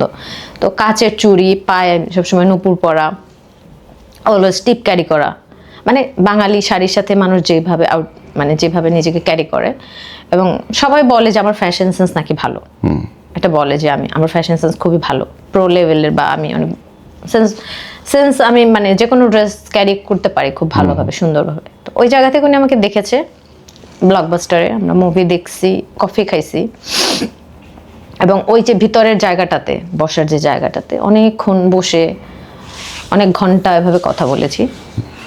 তারপর যেটা হয়তো কি, যে আমি তো একা আমি কি করব, জাস্ট ইন্টার্ন করতেছি, আবার প্র্যাকটিস করতেছি চেম্বারে। রাজলক্ষ্মীতে আমি যাইতাম একজন স্যারের চেম্বারে, সপ্তাহে 3 দিন যাইতাম। তো বাকি টাইম আমার খুব একটা কাজ ছিল না, কারণ অনেক পড়াশোনার প্রেশার পার করে আমি যখন পাস করে গেছি, তখন আমার মনে হয়েছে যে আমি একটু রিলিফ, এখন আমার ফ্রি টাইম আছে। উনি আমাকে ডাকতো, উনি সবসময় আমাকে ডাকতো যে আসো কথা বলি, আবার আসো মুভি দেখি। আমি যাইতাম, কারণ আমার বাসার পাশেই যমুনা ফিউচার পার্ক। কারণ আমি নিকুঞ্জ 2-তে থাকি, বাসা হচ্ছে যমুনা ফিউচার পার্ক, আমার বাসার পাশে। উনি কোথায় থাকতেন? উনি হচ্ছে স্কাটন, ওনার বাসা ছিল। আচ্ছা, ওকে। তো ওনার হচ্ছে পোস্টিং ছিল ব্রাহ্মণবাড়িয়াতে তখন। উনি ব্রাহ্মণবাড়িয়াতে সকালে ট্রেনে ব্রাহ্মণবাড়িয়া যাইতো, 5টা পর্যন্ত অফিস করতো, এবং সাথে সাথে ট্রেনে উনি আবার ঢাকা ব্যাক করতো। উনি স্টে করতো না, ওনার ভয় লাগতো নাকি ওখানে থাকতে একা একা। ওনাদের জন্য তো থাকার জায়গা থাকে, উপরে কোয়ার্টার থাকে। তো সেই জায়গা থেকে উনি হচ্ছে ব্যাক চলে আসতো, এসে উনি ওরকম আর কি ঘোরাফেরা, মানে একটু এরকম পছন্দ করে মুভি দেখা। উনি কখনো প্রপোজ করছে আপনাকে? উনি আমাকে বিয়ের প্রপোজালও দিয়েছে না, কত আমাদের সালে? 24 সালেই। উনি বলছে যে আমি আপনাকে বিয়ে করব। উনি যখন আমাকে বলতেছে, প্রথমবার যেটা হয়েছে, ও আমাকে বলতেছে যে আমার একটা ফ্রেন্ড আছে অস্ট্রেলিয়াতে থাকে, আমি আমার একটা ফ্রেন্ডের জন্য, আচ্ছা দেখো তো তোমার কোনো বান্ধবী আছে কিনা যার সাথে হচ্ছে মানে বিয়ে। আমি অনেকগুলো বিয়ে দিছি, 11টা বিয়ে দিয়েছি। হ্যাঁ, আমি ঘটকালিও কিন্তু করি, আমাকে বলতেছে। তখন আমি ওনাকে বলছি যে আমি তো পাত্রী, মজা করে বলতেছে, আমি তো পাত্রী, আমার জন্য আমার বাসা থেকে ছেলে দেখতেছে, তো তুমি আমাকে দেখো। তখন আমি তুমি করে বলতাম, তো আমাকে দেখো। পরে বলতেছে, দেখলাম সে খুব ট্রিগার্ড হয়ে গেল, এন্ড খুব রাগ হয়ে গেল যে কেন আমাকে কি তোমার চোখে লাগে না, বা আমি কি নাই, আমি তো আছি, তোমার কেন অন্য ছেলে লাগবে, এরকম একটা ব্যাপার। তো তখন ওনার সাথে আমি বসতাম, বসে কথা বলতে একটা সময় আমার তো আগে থেকে একটা ভালো লাগা ছিল, বাট আমি ওই সেন্সে ওনার সাথে দেখা করিনি যে ওনার সাথে কোনো সম্পর্কে বা বিয়ে কোনো ঘটিত ব্যাপারে আমরা। যখন উনি বিয়ের কথাটা বলতেছে, তখন কি ওনার ওয়াইফের সঙ্গে separated, divorced, already paper sign হয়ে গেছে? তার মানে উনি সিঙ্গেল তখন উনি সিঙ্গেল। সো আপনার রিলেশনশিপ জায়েজ আছে সেই সময়? আমি যখন উনি আমাকে এটাই মানে বলছে যে উনি divorced, he is completely single, and আমি যখন দেখলাম যে ওনার আসলে কোনো সন্তানও নেই, জি, তখন আমার মনে হয়েছে যে ঠিক আছে, একটা মানুষের পাস্ট থাকতে পারে, পাস্টে তার একটা বিয়ে থাকতে পারে, এবং যখন সে ডিভোর্সড হয়ে যাবে তখন তো সেটা ক্যারি করছে না, সে একটা সিঙ্গেল পারসন, সে যে কোনো মানুষকে পছন্দ করতে পারে। And then you guys are into relationship. Yes. আপনারা লিভিং এ ছিলেন কখনো? লিভ ইন বলতে নট লাইক দ্যাট, মানে ওই টাইপের না, বাট রিলেশনশিপে তো টুকটাক ইন্টিমেসি হয়, যেটা হয় আর কি, প্রেম। ওনার প্রতি আমার একটা অবসেশন, বা ওনার আমার প্রতি একটা অবসেশন ছিল, এবং ইট ওয়াজ অ্যাবাউট টু ম্যারি, মানে বিয়ে হইতে যাচ্ছে একটা রিলেশনশিপ। এক্স্যাক্টলি। সো আপনারা ঘুরেছেন বিভিন্ন জায়গায় দুজন একসাথে? ঘুরেছি, মানে এমন না যে আউটডোরে অনেক ঘুরেছি। ওকে। ঢাকার মধ্যেই দেখা যায় যে রাস্তাঘাটে ঘুরছি প্রচুর, বা ক্যাফেতে, রেস্টুরেন্টে, বিভিন্ন জায়গায়। নিউজের মধ্যে আমি যতটুকু পড়ছিলাম যে ইঙ্গিতটা এরকম যে আপনারা আপনারা একসাথে ছিলেন দীর্ঘ সময়ের জন্য। ওইটাতে না, নিউজটা যেটা করেছে উনি আমার কনসেন্ট ছাড়া করেছে। আপনার কোনো মতামত নেয় নাই, কোনো ইন্টারভিউ নেয় নাই? না, দিস নট নিউজ হইতে হলে দুই পক্ষের মতামত লাগবেই। না, ওর সাথে মানে আমার মতামত নেয়নি বলতে আমি বলছি, উনি আমাকে নক দিয়েছে আমার জামিনের পরপরই। আচ্ছা, যিনি নিউজটা করেছে। ওকে। এবং নক দেওয়ার পরে আই গট স্কেয়ার্ড যে আবার যদি কোনো ক্রাইম রিপোর্টার, আমি তার সাথে যাই বলবো উনি যদি রেকর্ড করে রাখে, এবার ও অপর পক্ষকে যদি শোনায় জি। বা টাকা খাওয়ার অনেকে টেন্ডেন্সি থাকে, তখন হচ্ছে ও আবার আমার প্রতি ক্ষিপ্ত হয়ে যাবে। আমি তো চিনি তাকে, আচ্ছা তার ক্রোধ বেশি। সাংবাদিক সাহেব কথা বলছেন হ্যাঁ, হ্যাঁ। হ্যাঁ আমাকে ওই জায়গাটায় আসেন বোন। তাইলে ধরেন রিলেশনশিপ ভালো যাচ্ছে, এভরিথিং ইজ গুড, উনি ডিভোর্সি বলতেছে, দেন প্রবলেমটা কই শুরু হইলো? আচ্ছা, বলতেছি রিলেশনশিপ ভালো যাচ্ছে, সবকিছু ভালো যাচ্ছে, and ওই সময়টাও খুব ভালো যাচ্ছে। স্বাভাবিক। আর দীর্ঘদিন একসাথে ছিলাম বলতে ওরা জানে সেটা হচ্ছে যে 19 সাল থেকে পরিচয়, এগুলো তো সবই জানে, এবং লেখার মধ্যে অনেক কিছু সঠিক লেখাই আছে।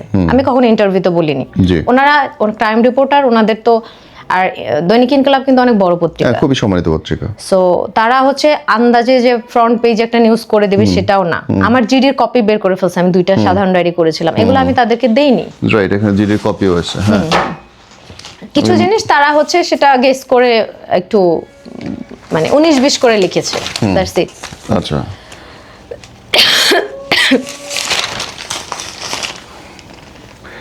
এখানে ডেটটা হচ্ছে 11 এপ্রিল 425 11 তারিখ হ্যাঁ মামলাটা হয়েছিল। 16 তারিখে আমাকে 409 পেনাল কোডের ধারায়, এবং জিডি নম্বর হচ্ছে, জিডি নম্বরটা আমি উল্লেখ করলাম না, এটা আমার কাছে তথ্য হিসেবে থাকলো। এনিওয়ে, হ্যাঁ। আচ্ছা, তো তখন হচ্ছে সবকিছু ভালো যাচ্ছিল, সবকিছু ভালো যাচ্ছিল, সব ঠিক, সব ওকে। প্রবলেমটা কই হলো? আমরা প্রতিদিন মুভি দেখছি, ঘুরছি ফিরছি, দুইজনে বসে আছি, গল্প করতেছি ঘন্টার পর ঘন্টা। আজকের দিন কথা প্রবলেমটা কই হইলো? আসা প্রবলেম সামহাউ আমার মনে হলো উনি ওনার এক্সের প্রতি দুর্বল। ওকে। যেহেতু অনেক বছরের একসাথে ছিল, বিয়ে তার সংসার, বাট উনি আমাকে মানে আমি যতদূর জানি তার এক্স আমাকে যেটা বলেছে যে তার ম্যারিটাল লাইফের হ্যাপিনেস কখনোই ছিল না। বিয়ের 2 বছর পর্যন্ত এটার এক্সিস্টেন্সটা ছিল, হ্যাপিনেসটা। তারপর থেকে তাদের মধ্যে আসলে আন্ডারস্ট্যান্ডিং হয়নি, মিসম্যাচ ছিল অনেক, এবং ম্যারিটাল লাইফে কখনো হ্যাপিলি ম্যারিড লাইফ ছিলই না তাদের। ওর যা ইচ্ছা হোক না, হ্যাঁ, সেটা আমার জানার তো দরকার নাই।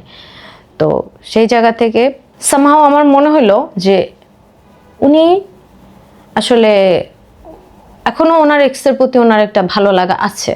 ওকে। উনি আমাকে যতই বিয়ে করতে চায়, পছন্দ করতেছে, আমার খুব টেক কেয়ার করতেছে, খুব অবসেশন। হ্যাঁ, হয়তো আমি ওড়না পরেছি, ওড়নাটা একটু এভাবে একটু সরে গেলে ওনার ভালো লাগছে না, বলতেছে এই দেখো রিক্সাওয়ালা মামা তোমার দিকে তাকায় আছে, এই তোমার দিকে তাকাইছে কেন, আমার মানুষকে অন্য কেউ কেন দেখবে, তোমাকে কেউ কেন দেখবে, তুমি হচ্ছে কুইন, তুমি ওইভাবে থাকবা। তোমাকে মানে বা শাড়ি পরলে কোমর একটু বের হয়ে থাকা যাবে না, হ্যাঁ, শাড়ি এইভাবে কভার করে পরবো, তোমাকে এই সবাই তোমার দিকে তাকাই আসছে। আমি বলছি তুমি কি এগুলোই খালি দেখো সারাক্ষণ? বলছে আমি পছন্দ করি না। তো এইভাবে যখন একটা মানুষ ট্রিট করতে থাকবে এবং আপনার প্রত্যেকটা জিনিস কেয়ার করবে, আপনি মানে আপনি বলার আগে সে বুঝে ফেলবে আপনার মুখের মধ্যে কি আসতেছে, আপনি এখন কি বলতে চাচ্ছেন, তখন আপনার স্বাভাবিক যে কোনো মেয়েই তার প্রতি ফল করবে, এটা খুবই অবভিয়াস। এন্ড যেহেতু অনেক আগে আমার তার প্রতি ভালো লাগাও ছিল, ওই জায়গা থেকে তো আমার ক্রাশ ছিল ছোটবেলার প্রথম ক্রাশ, মানে একমাত্র ক্রাশ যেটাকে বলে। সেই জায়গা থেকে আমার মনে হয়েছে যে বিয়ে যখন করতেই হবে, অ্যারেঞ্জ ম্যারেজ, একটা অপরিচিত ছেলেকে করব, আর তাকে আমি দীর্ঘদিন চিনি, এবং যখন তার সাথে মিশতাম দেখতাম না যে সে স্টাফদের সাথে আসলে কখনোই খারাপ আচরণ করছে না। হ্যাঁ, খারাপ আচরণ না, হেল্প মানে কেউ হেল্প করতে চাইলে সাথে সাথে ইনস্ট্যান্ট হেল্প করছে। উনি ওনার এক্সের প্রতি উইকনেস ওনার আছে, সেটা আমার অনেক কিছুতে মনে হয়েছে, মানে ওনার আচার আচরণে মনে হয়েছে তার সাথে ওনার সামহাও উনি এখনো হয়তো বা তাকে উনি পেতে চাচ্ছে, আমাকে উনি একটা অপশন হিসেবে ট্রিট করছে। যদি ওনার সাথে আদৌ মিল না হয়ে যায়, তাহলে আপনি কারোর সাথে সেটেল ডাউন করতে হবে, একা থাকতে পারবে। আপুর বাসা হচ্ছে মানে আমি তাকে নিয়ে কিছু বলতে চাচ্ছি না, আমি কথার স্টোরির জন্য বলছি। ওনার বাসা হচ্ছে ময়মনসিংহ, আর ওনার বাসা হচ্ছে জামালপুর। উনি হঠাৎ করে ওনার ফ্রেন্ডরা বসে আছে, আমিও বসে আছি, কনভারসেশন হচ্ছে। কনভারসেশনের মধ্যে উনি আমাকে বলতেছে, উনি ওনার ফ্রেন্ডকে বলতেছে, মানে ময়মনসিংহ নিয়ে কেউ একটা কিছু বলতেছে। উনি বলছে ময়মনসিংহ তো আমার শ্বশুর বাড়ির এলাকা, উনি বলতেছে। আমি জাস্ট অবাক হয়ে গেলাম, বলতেছে আমার শ্বশুর বাড়ির এলাকা। আমি অবাক হয়ে গেলাম, শ্বশুর বাড়ির এলাকা? উনি স্লিপ অফ টাঙে বলছে, আমার পাশে বসেই বলছে, স্লিপ অফ টাঙে বলছে, ওনার হয়তো খেয়াল নেই উনি বলছে, কিন্তু ওটা আমার মাথার মধ্যে রয়ে গেছে। তো ওকে আমি অসংখ্যবার বলছি যে তোমার কি তার প্রতি দুর্বলতা আছে, তুমি কি চাও সে তোমার লাইফে আবারও ব্যাক করুক, বা তুমি কি তার সাথে আবার সর্ট আউট করতে চাও কিনা? তুমি যদি চাও ইউ আর মোস্ট ওয়েলকাম, আমার কোনো সমস্যা নাই। আমার অনেক অ্যাক্টিভিটিসে মনে হয় যে তুমি মনে হয় একটু তার প্রতি ইমোশনাল, তুমি ডিপ্রেশনে আছো, তুমি ওই ডিপ্রেশন হিল করার জন্য আমাকে ইউজ করছো অপশন হিসেবে, তুমি কি চাও যাইতে? অসংখ্যবার আমি তাকে বলেছি যে তুমি চাইলে। তখন সে অনেক রিয়্যাক্ট করতো, হইলো। অনেক অনেক বাজেভাবে রিয়্যাক্ট করতো যে কি বালসাল নিয়ে কথা বলতো এরকম টাইপ। হ্যাঁ, এগুলো কি বলতেছো তুমি, ইমোশনাল চাইল্ডিশ অ্যাক্ট করতেছো কেন, বা এগুলো নিয়ে বলতেছো কেন, এরকম। ভালো কথা, যখন দেশের সিচুয়েশন খুবই খারাপ হইলো, অগস্টে।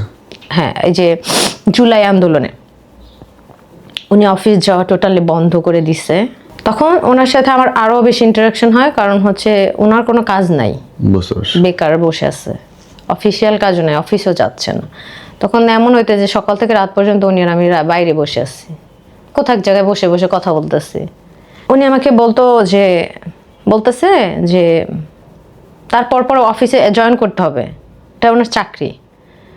বলতেছে আমার তো অফিসে জয়েন করতে হবে, এটা আমার চাকরি, সো আমার একটু ভয় লাগতেছে কিভাবে যাব, তুমি কি আমার সাথে একটু যাবা ব্রাহ্মণবাড়িয়া?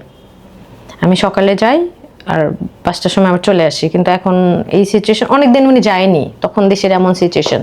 হ্যাঁ, তার মধ্যে ওনার সাথে আমার আরো আন্ডারস্ট্যান্ডিং একদম গভীর হয়ে গেছে। দেন বলছে যে আমরা চলো দেশের বাইরে চলো। আমি তখন আগেই আইএলটিএস এর প্রিপারেশন নিয়েছিলাম, ওনার জন্য না, ওর সাথে পরিচয়ের আগে থেকে আমি ডিসাইডেড যে আমি হায়ার স্টাডিজের জন্য বাইরে যাব। তখন ও বলছে যে আমিও যাব। দেন আমার প্রেফারেবল কান্ট্রি ছিল যে আমি ইউরোপ বা ইউএসএ যাব। উনি তখন বলছে অস্ট্রেলিয়া বেটার। তখন উনি একবার আইএলটিএস দিয়েছে অনেক বছর আগে, 8.5 ছিল ব্যান্ড স্কোর আউট অফ 9। উনি আমাকে বলছে যে আইএলটিএস দাও, 6 পাইলে হবে তোমার, চলো আমরা চলে যাই। তখন উনি আমাকে বাচ্চাদের ওই যে ভোকাবুলারিও কিনে দিচ্ছে যে পড়ো, এটা এগুলো পড়া শুরু করো, আমার কাছে প্রতিদিন পড়া দিবা, আমি তোমাকে যেটা যেটা বলবো আমার কাছে পড়া দিবা তুমি প্রতিদিন।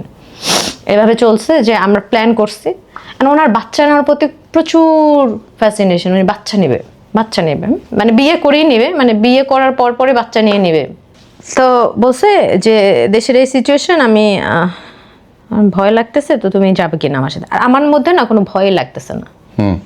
আমার আগে যে মেরে ফেলবে কিনা, আমি মরে যাবো কিনা, আমাকে কেটে ফেলবে কিনা, বা ওর সাথে বের হওয়া তো আমার জন্য আপনি তার সাথে গেলেন হ্যাঁ। ব্রাহ্মণবাড়িয়া, তারপর বলতেছে যে এই যে নিজের গাড়ি নিয়ে যায়নি, নিজের ব্ল্যাক কালার একটা গাড়ি ছিল, ওইটাও নিয়ে যায়নি, যে গাড়িতে ওই যে গণপ্রজাতন্ত্রী বাংলাদেশ সরকার লেখা সিলটেড, বা কেউ ভাঙচুর করতে পারে, অবশ্যই ভাঙচুর করবে রাস্তাঘাটে, খুব বাজে অবস্থা হবে।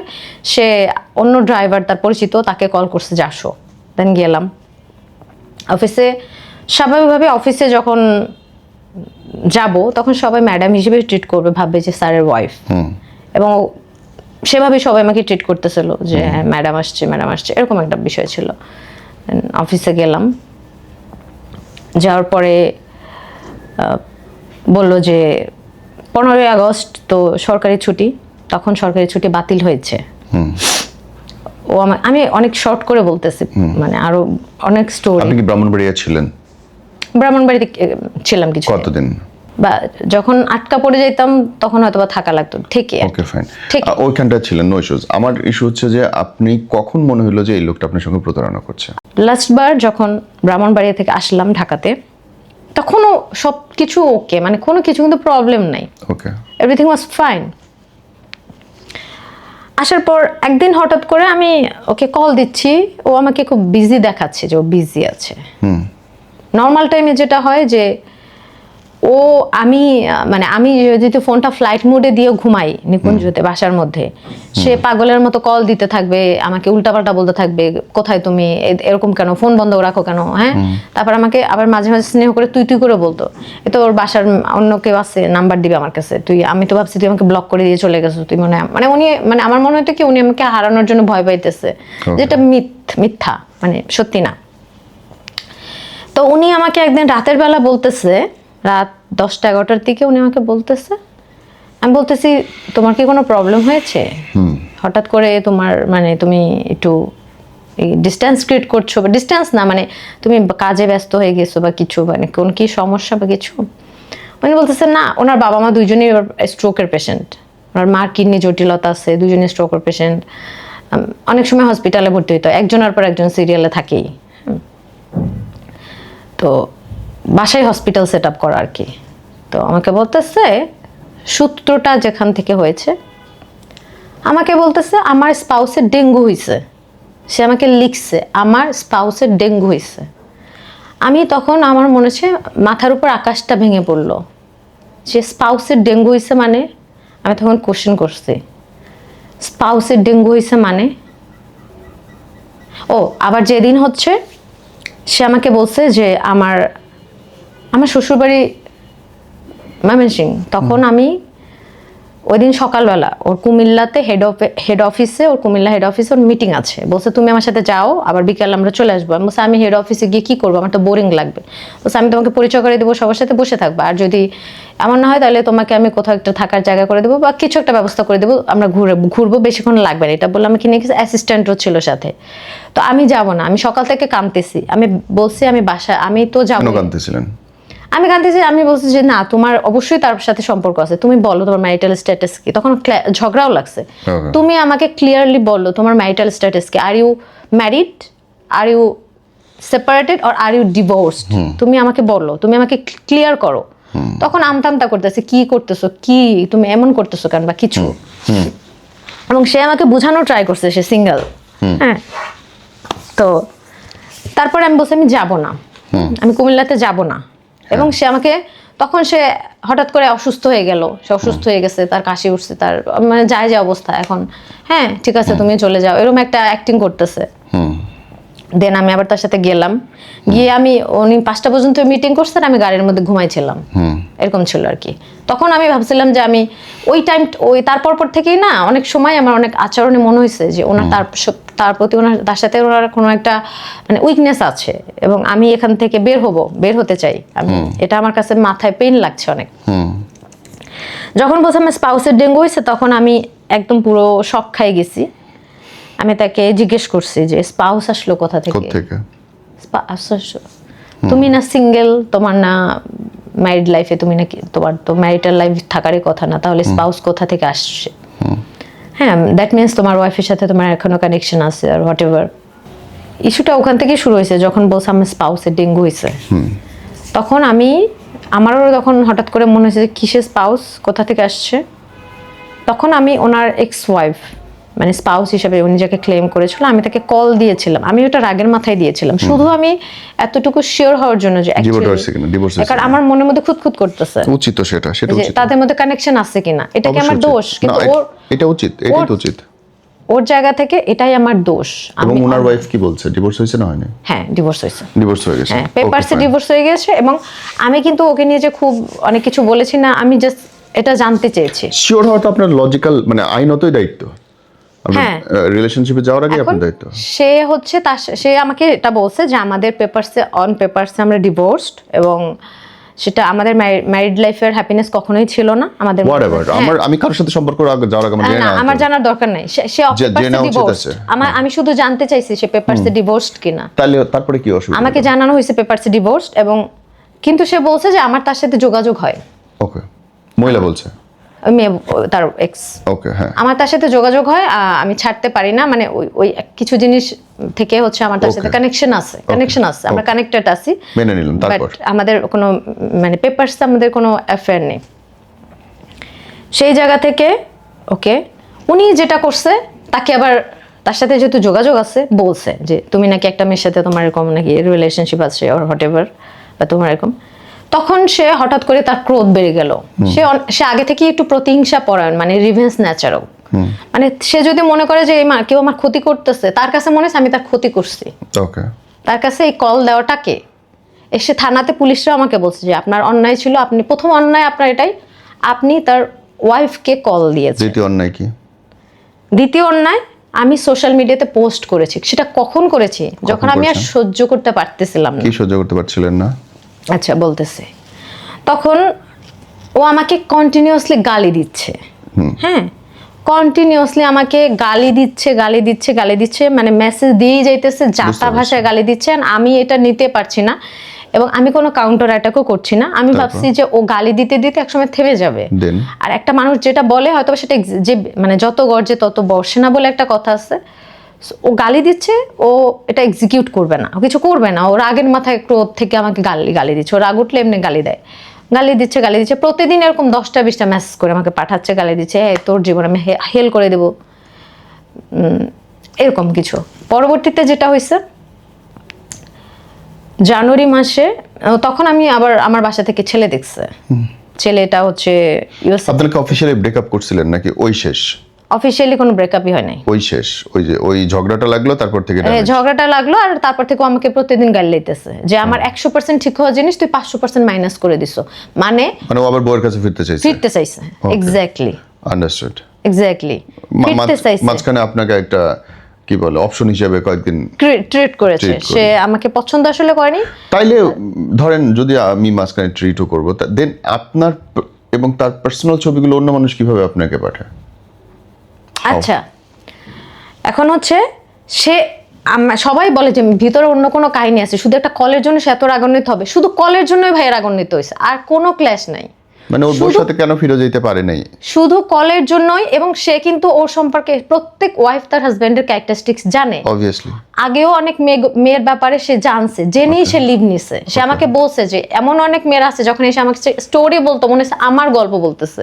আচ্ছা, মনে হচ্ছে আমার গল্প বলতেছে, যেটা হাজবেন্ড ওয়াইফের পার্সোনাল জিনিস সেটা বলতেছে। আমি তো সে নিজে আমাকে প্রচুর ইনফরমেশন দিয়েছে, আমি এগুলো এখন ডিসক্লোজও করতে চাচ্ছি না। অনেক ইনফরমেশন দিয়েছে তার হাজবেন্ড, কারণ ওয়াইফ তো হাজবেন্ডকে বেশি চিনে, আমার থেকে তো বেশি চিনে, সংসার করেছে, সে বিয়ে করেছিল। তো সেই জায়গা থেকে সে এটার জন্য লিভ নিয়েছে। তো কিন্তু আমাকে এইটা বলেন, তাহলে আপনার ব্যক্তিগত ছবি অন্য মানুষের কাছে কেন গেল, কিভাবে গেছে? এখন সে হচ্ছে আমাকে তো বলছেই যে তোকে আমি হাতে মারবো না, ভাতে মারবো, সম্মানে মারবো, আমাকে তোকে আমি হ্যান ত্যান সোসাইটিকে জানাবো তুই ভালো মেয়ে, বা তোকে আমি ডিস্ট্রয় করে দেবো, এরকম হুমকি ধামকি তো আমাকে দিছে, মেসেজ দিছে। আমি ভাবছি ওটা থেমে যাবে। হ্যাঁ, যখন আমাকে বেশি হুমকি ধামকি দিত তখন আমি আবার ওই আপুকে বলতাম যে দেখেন এগুলা কোনো কথা, আমি আপনাকে একটা কল দেওয়ার প্রেক্ষিতে কি আমার লাইফে এরকম থ্রেটিং এর মধ্যে পড়তেছে? তো উনি বলতেছে আপু এগুলো ও এমনি মনে চিল্লাচিল্লি করে থেমে যাবে, আপনি চুপ হয়ে যান, আপনি কিছু করবেন আর। তো আমার বিয়ে ঠিক হয়েছে, মানে বিয়ে ঠিক হয়েছে বলতে একটা আমেরিকা প্রবাসী ছেলে, পিএইচডি হোল্ডার, পিএইচডি শেষ করেছে, চাকরি করছে, তার সাথে আমার বিয়ের কথাবার্তা হয়েছে, বাসা থেকে ঠিকঠাক হয়েছে, অ্যারেঞ্জ ম্যারেজ। আমি কিছুদিন কথা বলেছি, এমন না যে আমি প্রেম টেম হয়েছে, আমার মনে হচ্ছে অ্যারেঞ্জ ম্যারেজ মানুষ তো করেই। ফ্যামিলি যখন যাচ্ছে বিয়ে করে ফেলি, কি করব? মানে তখন আমি আসলে কি করবো আমি বুঝতে পারছি না। সেটা ও জানছে যে আমার বিয়ে ঠিক হয়েছে, বিয়ে আমি শপিংও করেছি, জানছে। জানার পরে জানুয়ারির 9 তারিখ আমি বাইরে গেছি, আমার কাজিনদের নিয়ে আমি বাইরে গেছি। আমার তখন নেট অফ। বাসায় আসার পরে হঠাৎ করে নেটটা অন করার পর দেখি কোনো একটা নাম্বার থেকে হোয়াটসঅ্যাপে মেসেজ আসছে যে তুমি একটা ছবি পাঠাইছে, আমার একার একটা ছবি, যেটা আমার কনসেন্ট ছাড়া তোলা ছবি, আমার কনসেন্ট নিয়ে তোলা না। আমি জানি না, আমি ছবি দেখে চিনতেও পারিনি যেটা এটা কি কোনো আর্টিফিশিয়াল ইন্টেলিজেন্স দিয়ে করছে বা এই ছবিটা কোথাকার, আমি কিছুই চিনি না। ছবিটা পাঠাইছে একটা হোয়াটসঅ্যাপ নাম্বার থেকে, বলতেছে যে এটা কি তুমি? আমাকে লিখছে এটা কি তুমি আমার সাথে যোগাযোগ করো। আমার কাছে ভয়েস রেকর্ডগুলো ছিল, আই লস্ট মাই আইফোন, আপনাকে শুনে দিতে পারতাম, তুমি হলে আমাকে ফোন দাও। তখন তো আমার কাছে এটা তো নতুন জিনিস ভাই, আমি তো ভয় পাইছি যে আল্লাহ আমার সম্মানহানি হবে, মানুষ দেখলে কি মনে করবে, মানুষ মানে আমি তো শেষ, এরকম মনে হয়েছে আমি তো শেষ আল্লাহ, আমি কি। এবং এটা যে ও করাইছে তখন আমি সেটা বোঝারও কোনো সিস্টেম নাই, বুঝতেও পারি নাই যেটা ও করাইছে, বা ওর মতো একটা মানুষের কাছ থেকে এত নিকৃষ্ট বা এত লোয়ার ক্লাস কাজ করা পসিবল, এটা আমার মাথাতে আসে নাই। মানে আমি আমার মাথাতেও মানে ভুলেও আসে না যে ও করাইতে পারে। আমি ভাবলাম কে এটা, তখন আমি কল দিলাম।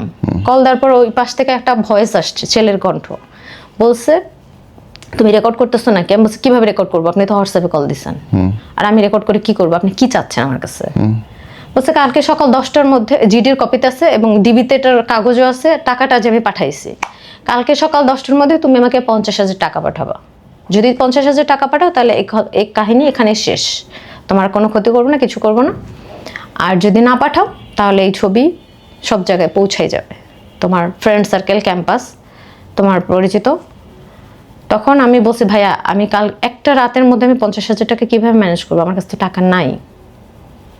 তখন সারা রাত আমি ওনার হাত পা ধরছি, ভাইয়া আমাকে তো আপনি 20,000 টাকা রাখেন। আমাকে তুই কি আমাকে ফকিন্নি মনে করতেছিস? তোর মতো কত মেয়ে সেভাবে টাকা দিয়েও গেছে, আমার সাথে থাইকাও গেছে, আর তুই আমাকে টাকা পাঠাবি না মানে? সকাল 10টা মানে 10টা, যদি বেশি দেরি হয় তাহলে কিন্তু তোর আরো বেশি দিতে হবে। তখন আমি তার বার্গেনিং করলাম, ভাইয়া কমান, আচ্ছা 20,000 না, আচ্ছা 25,000, এরকম করে বার্গেনিং করলাম। সারা রাত এইভাবে আমি ঘুমাই নাই। এবং তখন আমার যেহেতু বিয়ের প্রসেসিং চলছে, আমার বাসায় আমার আম্মু আছে, ঢাকার বাসাতে আম্মু আছে, আমার আত্মীয় আমার রিলেটিভসরা, বাসা ভর্তি মানুষ, তার মধ্যে আমি তো ওই দিক থেকে শেষ। এবং তখন বিয়েও বা কি করবো, যে বিয়ে করার পরও সে অ্যারেঞ্জ ম্যারেজ করবে, সেও বা কেন অ্যাকসেপ্ট করবে? সে হঠাৎ করে কিছু একটা, এবং তাকে দেখে আমি তো চিনি সব মানুষ কিন্তু অতটা স্ট্রং না, অনেক আছে না স্ট্রং, যে দেখা যাবে ডাজন্ট ম্যাটার, বা আমার ওয়াইফের একটা পাস্ট থাকতেই পারে, পাস্টে প্রেম হইতে পারে, বা আমি সেটা হ্যান্ডেল করবো, আমি ডিফেন্ড করবো, আমি তোমার পাশে আছি। উনি ওই টাইপের মানুষ ছিল না। ওকে। আমি জানতাম যে এখানে বিয়ে করলে আমার ডিভোর্স হয়ে যাবে, সো ডিভোর্সের ট্যাগ আমি লাগাইতে চাই না। পরবর্তীতে পরের দিন সকালে 10 তারিখ সকালে 10টা, শুক্রবার ছিল, টাকা পাঠাইছেন তাকে? টাকা আমি পাঠাইছি। বার্গেনিং করতে করতে কমাইতে 35,000। এই লোকটাকে কি পরে ধরা গেছে যার নম্বরে টাকা পাঠাইলেন ডল? এই লোকটাকে ধরা গেছে। ছেলেটার নাম হচ্ছে, ছেলেটা হচ্ছে নাফিজেরই আছে না, অনুগত থাকে না, চাকর বাকর ভাই ভাই করে, পিছে পিছে ঘুরে তাকে টাকা পয়সা দিচ্ছে। এটা কি পুলিশ বের করছে? এটা পুলিশ বের করছে। আচ্ছা, আমি প্রথমে বের করছি, তারপরে প্রথমে আমি বের করতে পারিনি। প্রথমে আমি যেটা করছি যে আমি তখন আমি হচ্ছে শাহবাগ ছিলাম। যখন আপনি কখন টের পাইলেন যে এটা আপনার এক্সই আসলে করাচ্ছে? কখন টের পাইছি, ওই ছবির মধ্যে আরেকটা ছবি পাঠাইছে। হ্যাঁ, তারপর আরেকটা ছবি পাঠিয়েছে, যে ছবিতে আমি ড্রেস ওয়্যার করা ছিলাম, ছিলেন ড্রেস পরা, পুরো ড্রেস পরা। আর আগেরগুলো ছবিতে আগের দু একটা ছিল যে মানে জামা কাপড় ছিল না, মানে হচ্ছে একটু রিভেলিং টাইপের ড্রেস, মানে বোঝা যাচ্ছে না যে এটা কোথাকার ছবি, কিভাবে আসলো, আমার কনসেন্ট ছাড়া তোলা। আচ্ছা। এটা পরবর্তীতে যখন কোর্টেও, মানে আমাকে ব্ল্যাকমেইল করি তো আমাকে ব্ল্যাকমেইলার বানাইছে, আমাকে ব্ল্যাকমেইল করা ছবি দিয়ে তো আমাকে ব্ল্যাকমেইলার বানাইছে। সেটা তো কোর্টে তারা দেখাইছে, যখন আমাকে কোর্টে তুলছে, আমাকে রিমান্ড ডাকছে, তখন তো ওই ছবি দেখাইছে। তখন তো মানে বলছে, মানে সরি আমি কথা, হ্যাঁ, কি ওরা বলছে যে আপনি ওকে ব্ল্যাকমেইল করছেন, সেটা বলছে? হ্যাঁ, ওকে মানে ওরা তো ওই যে বাদী যাকে বানাইছে, প্রক্সি বাদী, তাকে তো মামলার ধারাতে তো এটাও আছে যে ব্ল্যাকমেইল করে অর্থ আত্মসাৎ করেছি, 10 লাখ টাকার প্রতারণা করেছি। হ্যাঁ, যে বাদীকে আমি জীবনে আমি তো দেখি নাই ভাই, বাদীর উকিল দেখে নাই, থানাতেও দেখে নাই, থানায় জীবনে যায় নাই, কোর্টেও জীবনে যায় নাই, তার চেহারাটা পর্যন্ত আজ পর্যন্ত কেউ চিনে না। উনি ভাড়াটে বাদী, উনি ভাড়ায় মামলা করে আর কি, ভাড়ায় ওনাকে দিয়ে মামলা করায়, কারণ দুজনের বাড়ি জামালপুরে। আপনি দেখেন এখানে নিউজও লেখা আছে, এবং ওনার ডিটেইলিং আমিও জানতাম না, এই নিউজ থেকে আমি জানছি। এবং যখন আদালতে নিচ্ছে তখন উনি আসেন নাই সামনে? কোনোদিন আসে নাই, থানায়ও আসে নাই, আমাকে থানায় নিয়েও তো এক রাত রাখছে। উনি কোনোদিন থানায় আসে নাই, উনি কোনোদিন কোর্টেও আসে নাই। তাহলে তো অটোমেটিক্যালি এই মামলা হয়ে যাবে, খারিজ তো হইছে ভাইয়া। কিন্তু আপনি আমাদের দেশের ল তো বুঝেন, 8 মাস প্রতিদিন আমি প্রতি মাসে মাসে আমি হাজিরা দিছি, তারপরে এটা তো দীর্ঘমেয়াদী প্রসিডিউর, খারিজ তো হইছে, কিন্তু ততদিন তো আমার জেল খাটা হয়ে গেছে, তারপর না মামলা খারিজ হয়েছে। জেল যে আমি খাটছি, আমাকে যে কোনো মামলা হইলে আপনাকে ওয়ারেন্ট বের হইলে আপনাকে অ্যারেস্ট করবে নিয়ম অনুযায়ী। এবং অ্যারেস্ট করার পরে আপনার উকিল ধরতে হবে, এবং সেটা দিচ্ছে নারায়ণগঞ্জে, যেটা আমার বাপের জন্মে, 14 গোষ্ঠীর জন্মে কেউ নাই, আমি কোনোদিন যাই নাই, কোনো উকিল চিনি না। আর এক জেলাতে গিয়ে হ্যাঁ, মামলা দিছে নারায়ণগঞ্জে। বোন, এই যে ধরেন স্রেফ প্রেম করার কারণে আপনি জেলে গেলেন, লিটারেলি তো ড্র লাইন এইটাই, প্রেম করার কারণে আপনি জেলে গেলেন, এবং এমন একটা জায়গায় যখন লোকটা আপনাকে বিয়ের কথা বলে অ্যাফেয়ার যাচ্ছে শেষ মুহূর্তে, একদম 11th আওয়ারে জাস্ট এক কদম গেলেই আপনার বিয়ে হয়ে যাবে, সেই মোমেন্টে আপনি জানতে পারলেন যে সে তার অতীতের মানুষটার কাছে আবার ফিরে যেতে চাচ্ছে। এরকম। তো বোন, এই পুরো জার্নির মধ্যে কি কখনো আপনার কড়া সন্দেহ লাগে নাই? কখনো মনে হয় নাই যে আমি অনেক বেশি ইউজড হয়ে যাইতেছি এবং আমি এটা আসলে ঠিক করতেছি না, I should stop or I should take very serious step? আমার অনেক দিন মনে হয়েছে যে আমি যখন লাস্টবার আসছি তখনই আমার মনে হয়েছে যে আমি ওর সাথে, আমার মনে হচ্ছে is not a marriage material. মাঝে মাঝে কোনো মিটিংয়ে গেলে আমাকে বসাই রাখতো যে তুমি এখানে বসো, আমি মিটিং করে আসছি, বা গাড়ির মধ্যে অনেক দিন বসেছি, বসে তখন আমি অনেকবার ভাবছি he is not a marriage material. He is a good human being maybe, but he is not a marriage material. Good human being কেমন করে হয় একটা মানুষ? জানি না, মানে আমি হয়তো পছন্দ করতাম আরেকটা মানুষকে সে রীতিমতো জেল খাটাচ্ছে, তার একান্ত ব্যক্তিগত ছবি অনলাইনে ছেড়ে দিচ্ছে, তাকে মিথ্যে মামলায় শাস্তি দিচ্ছে, এবং তারপর আপনি বলবেন যে সেই মানুষটা ভালো মানুষ? এত নেশা কাজ করে কোনো পুরুষ সম্পর্কে বই না, আমার তো ধারণা ছিল না। আমি না বিশ্বাস করতে পারি না, আমি না মানতে পারি না। আমার সামটাইমস মনে হয় কি যে ও মানে ও কি কারো দ্বারা বায়াস হয়ে করেছে, মানে এরকম মনে হয়। কিন্তু আবার মনে হয় যে ও তো একটা সেন্সিবল মানুষ। আপনার চোখের জল ফেলাইতেছে লোকটা, আপনাকে জেলে নিতেছে, আপনাকে সামাজিক অসম্মান করতেছে, জনগণের সামনে আপনাকে ন্যাংটা করে দাঁড়াই দিছে, সরি ফর মাই ল্যাঙ্গুয়েজ। আর আপনি পুরো সৌন্দর্যে তার গুণগান গাচ্ছেন, সে ভালো মানুষ, সে ভালো মানুষ। থুতু দিতে ইচ্ছা করে না নিজের মুখের উপরে? আমি লোকটারে নিয়ে বলতেছি, একটা ভালো মানুষ কোনোদিন আরেকটা মেয়েরে নোংরা ছবি ছাড়বে রাস্তায়?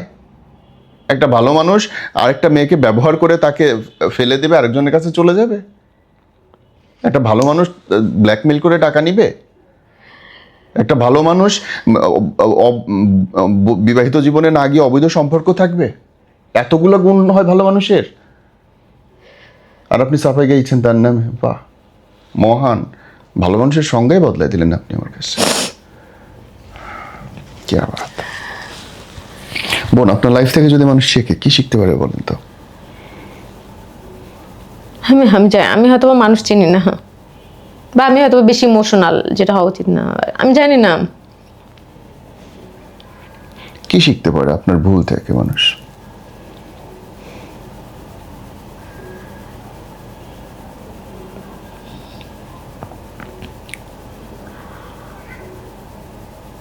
বলেন।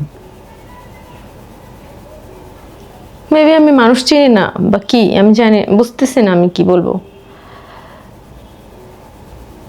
শেষ করব, যদি ওই লোকটাকে কিছু বলার ইচ্ছা থাকে এই ক্যামেরায় বল। না, এখন তো আমি শেষ করিনি, স্টোরি তো এখনো অনেক কিছু বলিনি। তো তখন হচ্ছে ও মনে করতো যে আমার ফোনেও তো ও যেহেতু আমাকে ব্ল্যাকমেল করতেছিল, তো তারপরে একটা সময় আমি ওর চেলাপেলায় একজন বলে দিছে যে আমার ভাই আছে, নাম বলে দিছে যে ভাই হচ্ছে আমাকে আর জেল খাটায় কিছু করতে পারবি না, ভাই আমাকে বের করে আনবে, কিছু করতে পারবে না, তোর জীবন তারপরে হেল্প করে দিব বের হওয়ার পরে। তারপরে হচ্ছে আমি যখন রাজলক্ষ্মীতে চেম্বার করতাম, ও হচ্ছে 25,000 টাকা দিয়ে 5টা গুন্ডা ভাড়া করে পাঠাইছে, মাস্ক পরা, হ্যাঁ, আমার ফোনটা স্ন্যাচ করার জন্য বা আমাকে ওখানে অসম্মানিত করার জন্য। কিন্তু আমি চেম্বারে যাইনি তখন, ওই দিন বিভিন্ন নাম্বার থেকে কল করায় বলতো যে তুমি বলো এই অ্যাপর থেকে আমি ট্রিটমেন্ট নিতে চাই, মহিলাদের দিয়ে কল করাইতো, যাতে আমি ওই দিন চেম্বারে প্রেজেন্ট থাকি বা ওখানে গিয়ে একটা অকারেন্স করতে পারে। পরবর্তীতে আমি চেম্বারে যাই বাতিল করে দিলাম না। যখন শিওর হলাম তখন আমি, যেহেতু রাজলক্ষ্মীতে চেম্বার ছিল, তখন আমি এয়ারপোর্টের যে থানাটা আছে ওটাতে আমি 2nd বার জিডি করছি, সাধারণ ডায়েরি। সেখানে আমি ওর নাম উল্লেখ করে, মানে নাম উল্লেখ করে ফোন নাম্বার দিয়ে এবং ওর সাথে যারা যারা সবাইকে আমি আইডেন্টিফাই করতে পেরেছি, এবং তারপরে ওর নাম দিয়ে আমি সাধারণ ডায়েরিটা করেছিলাম। তো তখন আমি রোজার মাস, রোজার শেষের দিকে, মার্চের 21 তারিখ আর 22 তারিখে আমি যখন আমি কিছুই সহ্য করতে পারছি না, আমি ঘর থেকেই বেরোতে পারতেছি না, আমি একটা অন্ধকার রুমের মধ্যে বন্দি হয়ে আছি 3 মাস। দ্যাট টাইম আমার মনে হলো যে আমার এখন মানে আমি সহ্য করতে পারছি না, এখন আমি কোথায় যাব? মামলা টামলা তো বুঝি না, থানা টানা তো বুঝি না, কার কাছে যাবো? থানার পুলিশরাও হচ্ছে আমি যদি এখন একটা মামলার কথা বলি, ওনাকে ফোন দিবে স্যার, এরকমই হবে বিষয়টা। স্যার বলে কত টাকা চাও না, বাদ দিয়ে দাও, তো কিছু হবে না, উল্টা ও আমার প্রতি আরো ট্রিগার্ড হয়ে যাবে বা কিছু। তখন আমি সোশ্যাল মিডিয়াতে পোস্টটা এই জন্যই করেছিলাম, আমি ওকে মানে ওকে আমি কোনোভাবে এক্সপোজ এর উদ্দেশ্যে না, পোস্টটা করেছি যেটা ও দেখে ও আমার পিছনে আর লাগবে না, ওর মতো লাইফ লিড করবে, আমার মতো লাইফ লিড করবে। ওনার নাম ব্যবহার করেছেন পোস্টে?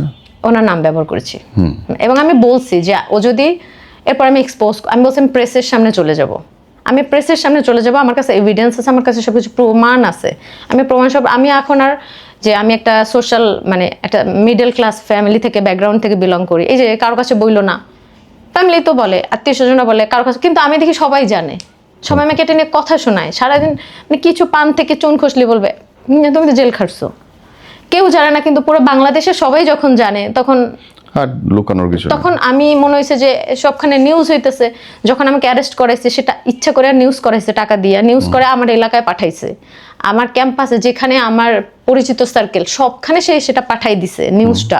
সবাই জানে যে আমি মামলা খাইছি, অ্যারেস্ট হয়েছি। সবাই যখন জানে তখন এটা আর জানার কি আছে? হ্যাঁ, এবং আমার খারিজ হওয়ার পরে আমি যখন পোস্ট করছি, মানে যখন নিউজ হয়েছে, একটা দুইটা শেয়ার দিছি, তখন আমার ফ্যামিলি থেকে বলছে যে শেয়ার দিচ্ছ কেন, কেন এটা শেয়ার দিচ্ছ? তাদের সবসময় জানবে, সবাই জানবে। ওদিকে আমার জীবন থেকে ডিজাস্টার হয়ে যাচ্ছে, ওটা দেখে খেয়াল নাই, কিন্তু সবাই জানবে, সবাই মধ্যবিত্ত জানবে। সমাজের এটাই আমাদের নিয়ম। হ্যাঁ হ্যাঁ, ফ্যামিলি থেকে সবাই যা জানবে। ক্ষতি হয়েছে কারো বলার দরকার নেই। হ্যাঁ, কাউকে বলতে পারবা না, শেয়ারও করতে পারবা না। মামলা হয়েছিল এটাই বলতে পারবা না, জেল খাটছো এটা তো ভাই, এটা বললে তো তুমি তো শেষ, এটা বলাই যাবে না। হ্যাঁ, দেন তখন ওই পোস্টের পরিপ্রেক্ষিতে আমি পরের দিন সে থার্ড পার্সনকে ভাইয়া বানাইছে। ও কিন্তু আমাকে ফোন দিয়ে বলতে পারতো যে তুমি নিচে আসো, তোমার কি হয়েছে বলো। বা ও তখনও সর্ট আউট করতে পারতো যে ঠিক আছে, যা হয়েছে হয়েছে, দেখো। কারণ আমি ব্রেকআপ করে ফেলি বা বিয়ে করে আমি ফেলি। ইমোশনাল ফুল ছিলাম, বিয়ে না করলেও বলতে পারতো যে ঠিক আছে, আমি এক্সট্রিমলি সরি ফর দ্যাট, যা ঘটছে না ঘটছে তুমি এগুলা নিয়ে আর কি করো না, বা পোস্টটা ডিলিট করে দাও। ও যদি বলতো, ও তো আমার বাসাও চিনে। আমি তো এমনিতে ওর প্রতি উইকও ছিলাম, ওকে আমাকে এসে বলতে পারতো না? ও তো আমার সাথে এসে বলতে পারতো, একটা কল দিয়ে বলতে পারতো। বা ওর এক্স ওয়াইফকে আমি কল দিছি দেখা ওর এত রাগ হয়েছে, ও আমারে ডাইকে নিয়ে দুইটা থাপ্পড়ে দিতে। মানে আমার কথা হচ্ছে, তুই রিভেঞ্জ নেবে, অন টু অন রিভেঞ্জ নিতা, তুমি রিভেঞ্জ নেবে, অন টু অন রিভেঞ্জ নিতা। তুমি পুরো জিনিসটা এত ঘাটাইলা, আলটিমেটলি তোমার কি কোনো লাভ হইলো?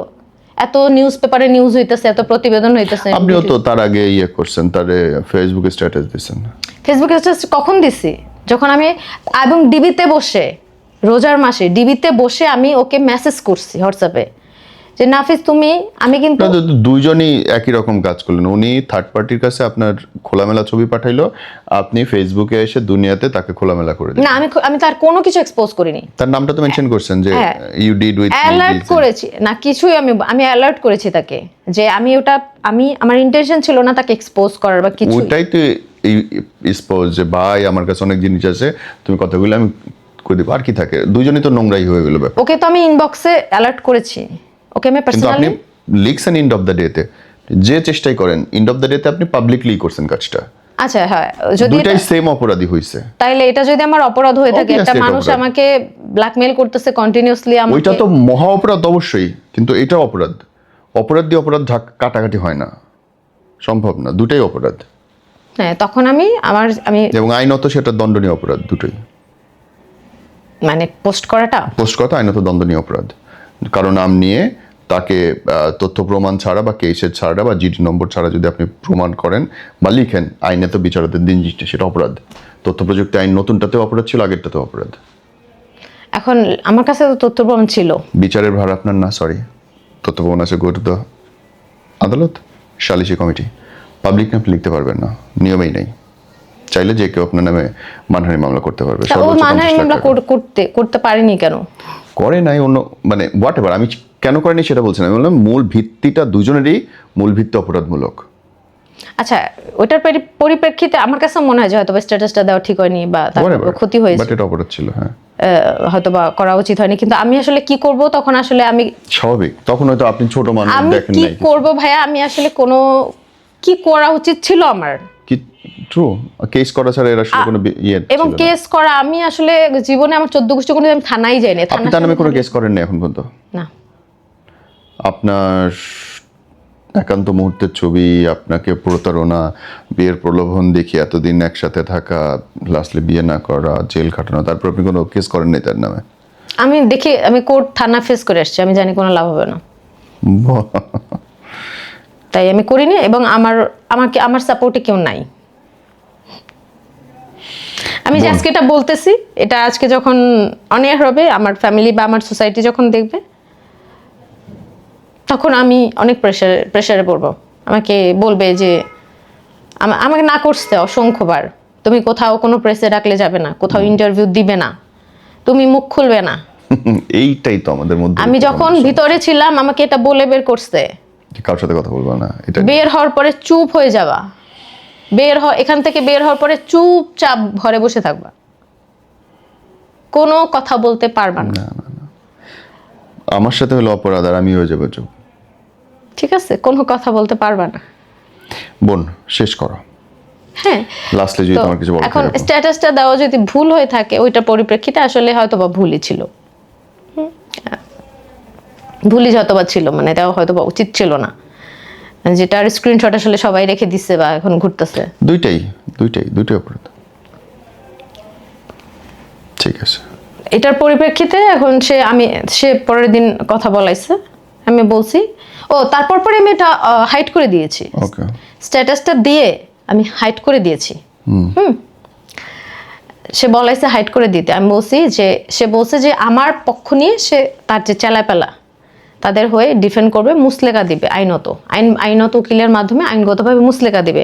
তখন আমি বলছি যে ওর চেলাপেলাদের মুসলেকা দেওয়া হইলো আবার 3rd person হায়ার করতে পারবে, আবার চেলাপেলা নতুন বানাইয়া আবার আমাকে ও ব্ল্যাকমেল করবে, এবং আমার ফিউচার আছে, আমি বিয়ে শাদী করবো সামনে, দেন ও আমার লাইফে আবার ইন্টারফেয়ার করবে, ও আবার আমার পিছে পড়ে থাকবে, সো আমি ওর মুসলেকা দিতে হবে। ওকে। তখন ও রাজি, আমি দিব মুসলেকা। বলে বলে বলে বলে দেখি আর কোনো খবর নাই। পোস্ট দিয়ে আমি কিন্তু পোস্ট হাইড করে দিয়েছি, ইনস্ট্যান্ট হাইড করে দিয়েছি।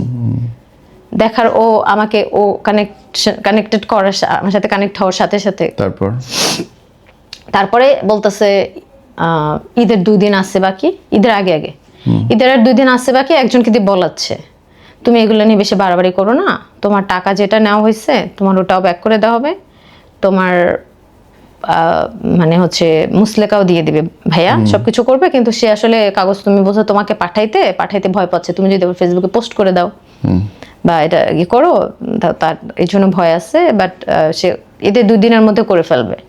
এখন ঈদের টাইমটাতে আসলে কোর্ট বন্ধ থাকে, তারপরে কোনো প্ল্যান করতে, হ্যাঁ, বুদ্ধি টুদ্ধি খাটাইতেও তো একটা সময় লাগে।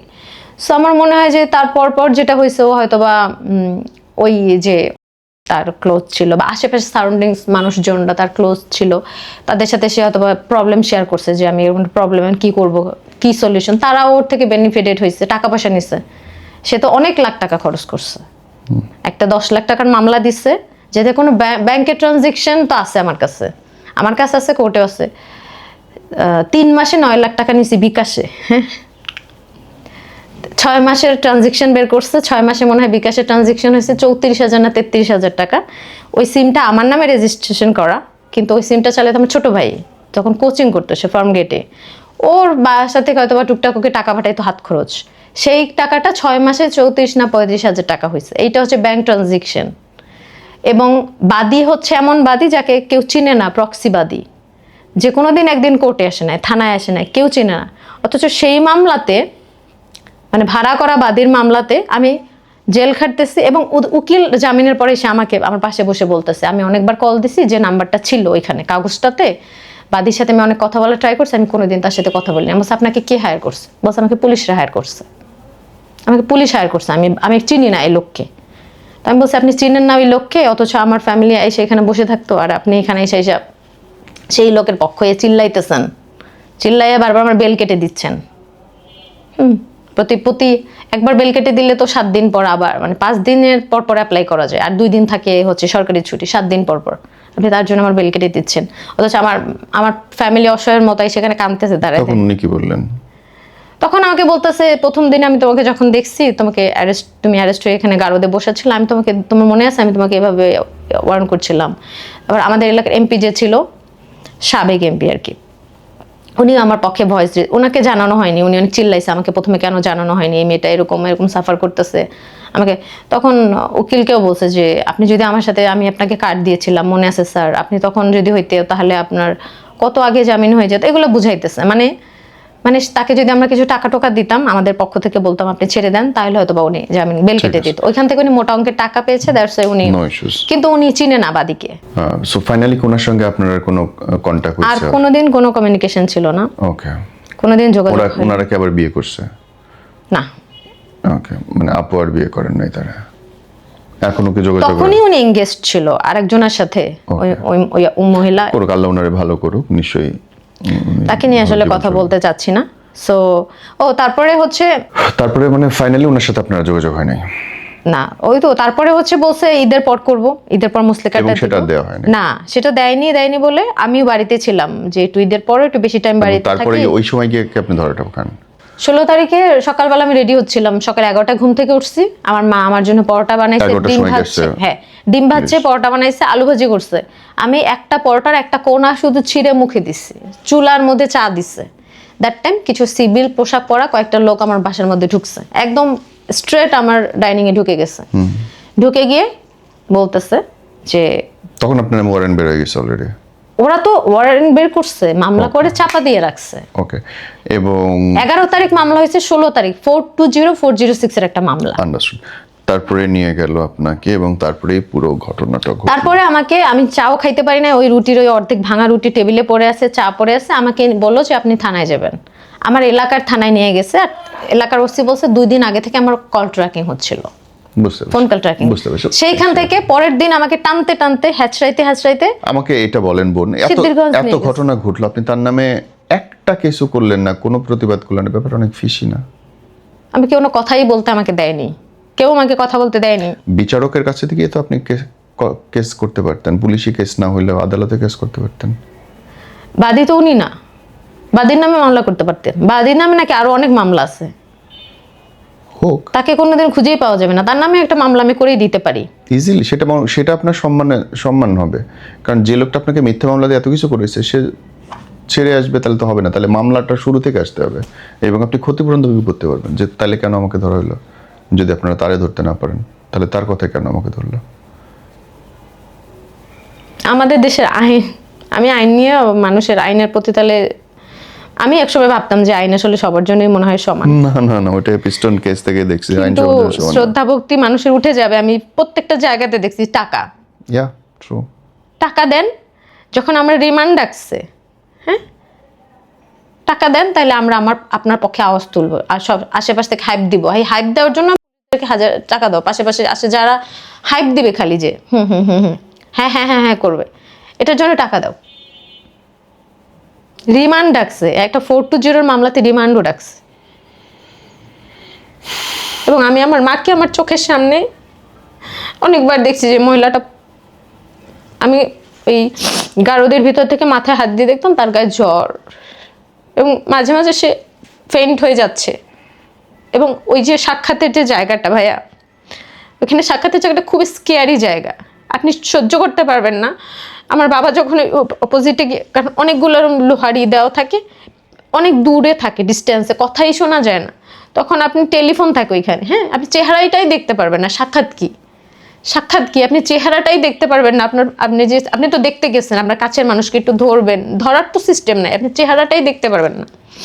ওই টেলিফোনে কথা বলতেছে, তা তো টেলিফোনে কথা বলা, তাহলে তো টেলিফোনে এমনিতে কথা বলতে দেয়, 15 দিন পর একদিন দেয় আর কি, বা চাইলে আপনি টাকা দিলে আপনি প্রতিদিনও কথা বলতে পারবেন।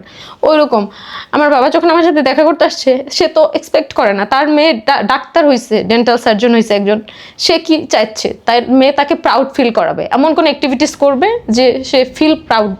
সেই জায়গা থেকে সে যখন দেখে যে তার মেয়ে একটা লোহার একটা করাদের মধ্যে অপোজিট জায়গাতে দাঁড়ায় আছে, আমার বাবা ওইখানে আধা ঘন্টা কথা বলা যায়, হ্যাঁ সাক্ষাতে গেলে আধা ঘন্টা কথা বলা যায়, কিন্তু আমার বাবা ওইখানে 5 মিনিটও দাঁড়াইতে পারে না, আমাকে ওইভাবে সে দেখতে পারছে না। তখন আমি দেখতেছিলাম, আমি অনেকের প্যারেন্টসকেই দেখছি যে ওখানে স্ট্রোকও করে, মারাও যায়। ওই সাক্ষাতের জায়গাতে এত ভয়ঙ্কর, ওইটা আপনি ফেস না করলে বুঝতে পারবেন না। তখন আমি দেখতেছি লোকটা, মানে আমি তখন দেখতে পাগল, আমি তো কাঁদতেছি না, আমি বলতেছি আব্বু আমি ভালো আছি, এখানে অত খারাপ সিচুয়েশন না, পরিবেশ তো খারাপ না, আমাকে কোনো, তারা তো মনে করে কি টর্চার করতেছে, খুবই স্ক্যারি জায়গা, আমাকে সেলের মধ্যে But it is indeed. অন্ধকারে বন্ধ করে রাখছে, It is indeed. আমাকে মেবি অনেক টর্চার করতেছে, ওখানে ফ্যান নাই, আমি ফ্লোরে ঘুমাইতেছে, আমাকে মশায় কামড়াইতেছে, আমার খাবার প্রপারলি দিচ্ছে না, বাট সবগুলোই সঠিক যদি এই অনুভূতিগুলো থাকে না। হ্যাঁ তখন সে 2 মিনিটের মধ্যে ওখান থেকে দাঁড়ায়, আমার বাবা চলে গেছে, সহ্য করতে পারছে না আমার মেয়েকে এভাবে আমি দেখবো, সেটা জীবনে এক্সপেক্টেড। আমি বের হওয়ার পর আমার ফুপুরা ফোন দিয়ে ভিডিও কলে খালি কামতো, কারণ আমি ছোটবেলা থেকে ভাইয়া স্কুল কলেজে টপার ছিলাম, 5-এ ট্যালেন্ট পুলে বৃত্তি, 8-এ ট্যালেন্ট পুলে বৃত্তি, কিন্ডার গার্ডেনে প্রত্যেক ক্লাসে বৃত্তি ছিল, কিন্ডার গার্ডেন সুন্দর সুন্দর সার্টিফিকেট এখনো আমার বাসায় আছে। আমি ছিলাম ওই মেয়ে যে বই খাতা ছাড়া আমি কিচ্ছু বুঝতাম না, আমি শুধু পড়াশোনা করছি, আমি আমার একাডেমিক লাইফে শুধু পড়াশোনা করছি, আমি ওই ব্যাকগ্রাউন্ড থেকে উঠে আসছি। এবং এলাকাবাসী এই জন্য কিন্তু আমাকে, এলাকাবাসী পুরো এলাকা স্তম্ভিত হয়ে গেছে সবাই বলছে অন্য কেউ হইলে আমরা কিছু মনে করতাম না, মনে হতো যে হইতেই পারে ওর নামে। কিন্তু যখন আমি দেখছি তুমি, আমরা পুরো এলাকার মানুষ আমরা মাথার মধ্যে বাজ পড়ছে যে এ কি, ও কিভাবে। কারণ আমি ক্লাস টপার ছিলাম, আমি পড়াশোনা করছি, হায় রে মিথ্যা আমি মামলা। পড়াশোনা করছি, মানে আমি এত ওয়েল মেইনটেইনড লাইফ লিড করছি। সো এটা অনেক, মানে এটা আমি ডিজার্ভ মনে হয় করতাম না, বা আমি জানি না আল্লাহ কোন পাপের শাস্তি আমাকে দিছে, তো আমি জানি না আসলে। তো আমাকে এটাই বলে বের করছে যে, কথা বলবি না। এবং ও লোক দিয়ে বলাইছে, পাঠাইছে যে ও তো বলাইছে নাকি থার্ড পার্টি বলছে, আই রিয়েলি ডোন্ট নো। বলাইছে যে এখন তো মিথ্যা মামলায় ফাঁসাইছি, এরপর যদি বাড়াবাড়ি করস তাহলে সত্যি সত্যি তোরে ফাঁসাই দিব, প্রমাণ সহ, মানে এবার হাতে নাতে ধরাবো। হাতে নাতে ধরাবো বলতে কি মিন করে আমি জানি না। তো অনেকভাবে থ্রেডিং পাইছি। এখন এটা ও করছে নাকি ওর ভাই, মানে কেউ থার্ড পার্সন এমনিই করছে আমি তো জানি না, কারণ ওর সাথে আমার কোনো দিনও আর কথা হয়নি, ওকে, ওর সাথে আমার কোনো দিনও আমার কথা হয়নি। এবং আমি যে ওর প্রশংসা করি, আমার কাছে আসলে বিশ্বাস হয় না সামটাইমস যে হ্যাঁ। যাকে আমি ফেরেস্তার মতো মানুষ মনে করতাম, মানুষ ফেরেশতা না, ফেরেস্তা বোন। থেকে টার্ন করে মানুষ কি এত ভয়ঙ্কর স্কেয়ারিতে পরিণত হইতে পারে। মানুষ মানুষ। এবং আমি মনে করতাম যে সিকিউরড মানুষ। সবাই যখন আমাকে বলে মানুষ চিনোস না, এত খারাপ লোকের পাল্লায় পড়লি, তখন আমার কষ্ট লাগে। যে তোরা তোর আসল রূপ দেখোস না, কত ভালো ছিল। না, খারাপ লাগে কিসের জন্য, যে এত বছর ধরে মানুষটাকে আমি আইডল মানছি, মানে আমি কাকে আইডল মানছি তাইলে, কে আমার মেন্টর, আমি কাকে মেন্টর হিসেবে ট্রিট করলাম, যার কথাতে উঠতাম বসতাম ব্লাইন্ড। মানুষ সবকিছুতে খারাপ হইতে পারে না, মানুষের সর্বোচ্চ খারাপ মানুষেরও অনেক ভালো গুণ থাকে। আপনার হয়তো তার এক সাইড ভালো লাগছে, তো এক সাইড এসে অন্ধকার হইতেই পারে। তো তারপরে আমাকে দিয়ে জোরপূর্বক মুসলেকা নেওয়া হইতে চাইছে থানাতে, যে তুমি মুসলেকা দিলে, সেটা আপনি দিয়েছেন? না তুমি মুসলেকা দিলে তুমি এখনই বাসায় চলে যাইতে পারবা। পুরো রাস্তা আমাকে বুঝাইতে বুঝাইতে নিচ্ছে, গাড়িতে বসে, বিশাল গাড়িতে, হ্যাঁ তুমি না হলে তোমার নামে আরো পিডব্লিউ বলতে আমি জানতাম না, পিডব্লিউ হচ্ছে একটার পর একটা মামলা করা। এই মামলা থেকে জামিন হইলে আরেকটা মামলা, এটা থেকে জামিন হইলে আরেকটা মামলা, এর থেকে মানে এরকম করে করে হচ্ছে যতক্ষণ না তারা যেটা চাইবে সেটা আমি না করব, ততক্ষণ পর্যন্ত আমাকে ওখানে মানে আটকাই রাখবে। তারা পিডব্লিউর প্ল্যান করছে এবং আরো মামলা রেডিও করছে। সামাও সেটা করতে পারিনি, কারণ আমার পক্ষে অনেকে এসেই করছে, তখন ভাবছে যে আরো ফেসে যাইতে পারি বা এই জিনিসটা আরো বেশি আমার জন্য প্রবলেম হইতে পারে, তখন পিডব্লিউটা করতে পারিনি। তো পুলিশরা বলছে আপনাকে দিচ্ছে মাত্র 420 মামলা, আপনি তো তার নামে এসে তো বলতেছে। এবং পুলিশরা থানাতে বাদীর নাম নেয় নাই, পুলিশটা নাম নিয়ে নিয়ে বলছে। থানা কোর্ট এটা এমন না যে আমি বলতেছি, এটা কিন্তু ওপেন সিক্রেট। থানা কোর্টে সবাইকেই চিনছে, কেউ বাদীকে চিনে না, সবাই জানে যেটা বানানো, এটা বাদীটা হচ্ছে একটা জাস্ট একটা প্রক্সি। আন্ডারস্টুড।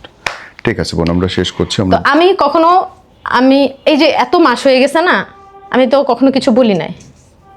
আমি ভাবছি যে জিনিসটা শেষ, খারিজ হয়ে গেছে, ওকে ডান। বাট এখনো মানুষ আমাকে, মানে যারা কোনোদিন আমার সামনে এসে কথা বলারই সাহস পাইতো না, তারা যখন একটু কিছু হইলে বলবে যে হ্যাঁ তুমি মামলা খাইছো, তুমি তো জেল খাইছো, তুমি তো ফ্রড। গায়ে লাগে তো। আমি বিশ্বাস করেন, আমি যখন স্টুডেন্ট ছিলাম, আমি একটা ফ্যাশন ব্র্যান্ডের সাথে, মানে একটা পাকিস্তানি ব্র্যান্ড, ওদের অফিস ছিল নিকুঞ্জতে, আমি লাইভ প্রেজেন্টার হিসেবে পার্ট টাইম জব করতাম। আমার মনে হচ্ছে যে আমার যেহেতু অনেক টিউশন ফি, অনেক খরচ, এখান থেকে আমি একটা হ্যান্ডসাম স্যালারিও পাচ্ছি, আবার 1 ঘন্টা লাইভ করলে হয়ে যাচ্ছে। সো পড়ালেখার পাশাপাশি বাংলাদেশে ওইভাবে পার্ট টাইম জবের কোনো জায়গা নাই, আমি এই চাকরিটা করতে পারি। তখন আমি ওই ব্র্যান্ডটা বেশি না শুরু হয়েছে, আমি তাদের প্রথম প্রেজেন্টার ছিলাম, আমি স্বর্ণা প্রথম প্রেজেন্টার ছিলাম। এখন তাদের 9 লাখ ফলোয়ার হয়েছে, এখন তারা রেনোন লাইভ প্রেজেন্টারদের দিয়ে লাইভ করাচ্ছে, হোয়াট এভার। সেইখানে আমি 2024 সালে এক্সিট করেছি, এমন না যে মামলা খাইয়ে এক্সিট করছি। 2024 সালে আমি এক্সিট করছি, যে আমি তখন ইরেগুলার হয়ে গেছিলাম, তারপরে আমার প্রফেশনে আমি ফোকাস করছি, দ্যাটস ওয়াই আমি এক্সিট করেছি। তারপর সে নতুন প্রেজেন্টার নিবে না, সেই কোন প্রেজেন্টার, কোন মেয়ে আমি চিনি না, জানি না, সেও আইসা আমাকে কমেন্টে এসে বা আমাকে অ্যাটাক করতেছে, বলতেছে যে তুমি ব্র্যান্ডের মান ডুবাই ফেলছো, এই ব্র্যান্ড তোমার পরিচয় দিতে লজ্জা পায়, তুমি হামলা খাইছো, তুমি জেল খাটছো। অ্যান্ড যখন মামলার একটা কাগজ লেখে তখন তো অনেক কিছু বাড়াই লেখে, যে ড্রাগ অ্যাডিক্টেড, এ হচ্ছে চরিত্রহীন, এমন অনেক কিছু বাড়াই তো লিখবে, তো বাড়াই লেখে না মামলার কাগজটাতে। তো সেই মেয়ে আমি চিনি না, সে হয়েছে আমার 2টা গালি দিয়ে যাচ্ছে, তখন ভাই আমি আমি অনেক স্ট্রং, আমি কিন্তু কান্দি নাই। ওই যে এত হ্যারাস করছে আমাকে, টাইম না হিসরাইয়া, না নির্ঘুম রাত, ওইদিকে আমার পরিবারের উপর পুরো বন্যা ঝড় ডিজাস্টার, সবাই কাঁদতেছে। এবং ওই কয়দিন, ওই 1 মাস আমার বাসায় চুলা জ্বলে নাই, কেউ খায় নাই কিছু। এবং আমার রিলেটিভরা অনেক ভালো, আই এম ব্লেসড সত্যি কথা বলতে। কারণ ওরা, আমি জয়েন্ট ফ্যামিলিতে বড় হয়েছি তো, আমি আমার ফুপুদের কোলে কোলে বড় হয়েছি। ও আমাকে গালি দিত যে তোর বাপ মা নাইলে বুঝবে, বাপ মা তো ঠেকছে, জন্ম দিছে, তোর আত্মীয় স্বজনটা কি বুঝবে, তোর এলাকাবাসীরা কি বুঝবে। কিন্তু আই এম ব্লেসড যে আমার এলাকাবাসী 80% বুঝছে, 20% তো থাকবেই বুঝে নাই, বুঝছে, আমার হয়ে ডিফেন্ডও করছে যে না, ও আমাদের এলাকার গর্ব, ও অনেক ভালো স্টুডেন্ট, স্কলার, ও ভালো ভালো রেজাল্ট করছে, আমাদের অনেক কিছু দিছে, হইতে পারে মেয়েটা হয়তো কোনো কারণে ফার্স্টছে, ম্যাক্সিমাম এটাই বুঝছে। অনেকে বুঝে, কেউ কেউ থাকে না, আমার চাচাদের সাথে, বাপ চাচাদের সাথে শত্রুতা ছিল, ওই জের ধরে আমাকে আবার ওইখান থেকে কাঠিয়েও নাড়ছে, এরকম হয়েছে। তো যখন একটা মেয়েকে আমি চিনি না, কোন একটা ব্যবসায়ী পেজ এখনো আউট শোরুমও দেয় নাই, সে তারাও যখন এসে ক্লেম করে আমাকে দোষ দেয় যে তোমার জন্য আমার পরিচয় দিতে পারছি না, তখন কেন যেন কিছুদিন আগে হয়েছে রিসেন্টলি, হ্যাঁ, তখন আমার একটা র্যাম শো ছিল কচিকাচায়, ওই যে এসে আমি এখন শুটে গিয়ে ওইখানে বসে মানুষের মধ্যে, সবাই তো জানে না, এটা কিছুই জানে না কেউ, অনেক কিন্তু জানে না, ওখানে বসে বসে আমার চোখ দিয়ে শুধু পানি পড়তেছে যে হায় আল্লাহ, আমাকে একটা মেয়ে আইসা, চিনি না জানি না, সেও আইসা আমাকে 2টা কথা শোনাচ্ছে।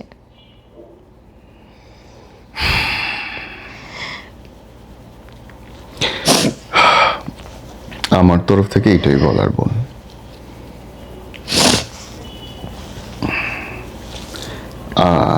আল্লাহর উলি, আল্লাহর নিয়েও মানুষ খারাপ কথা কয়, যাদের নখের ধুলোর সমানও আমাদের যোগ্যতা না, মানুষের কথা ধরলে হয় না।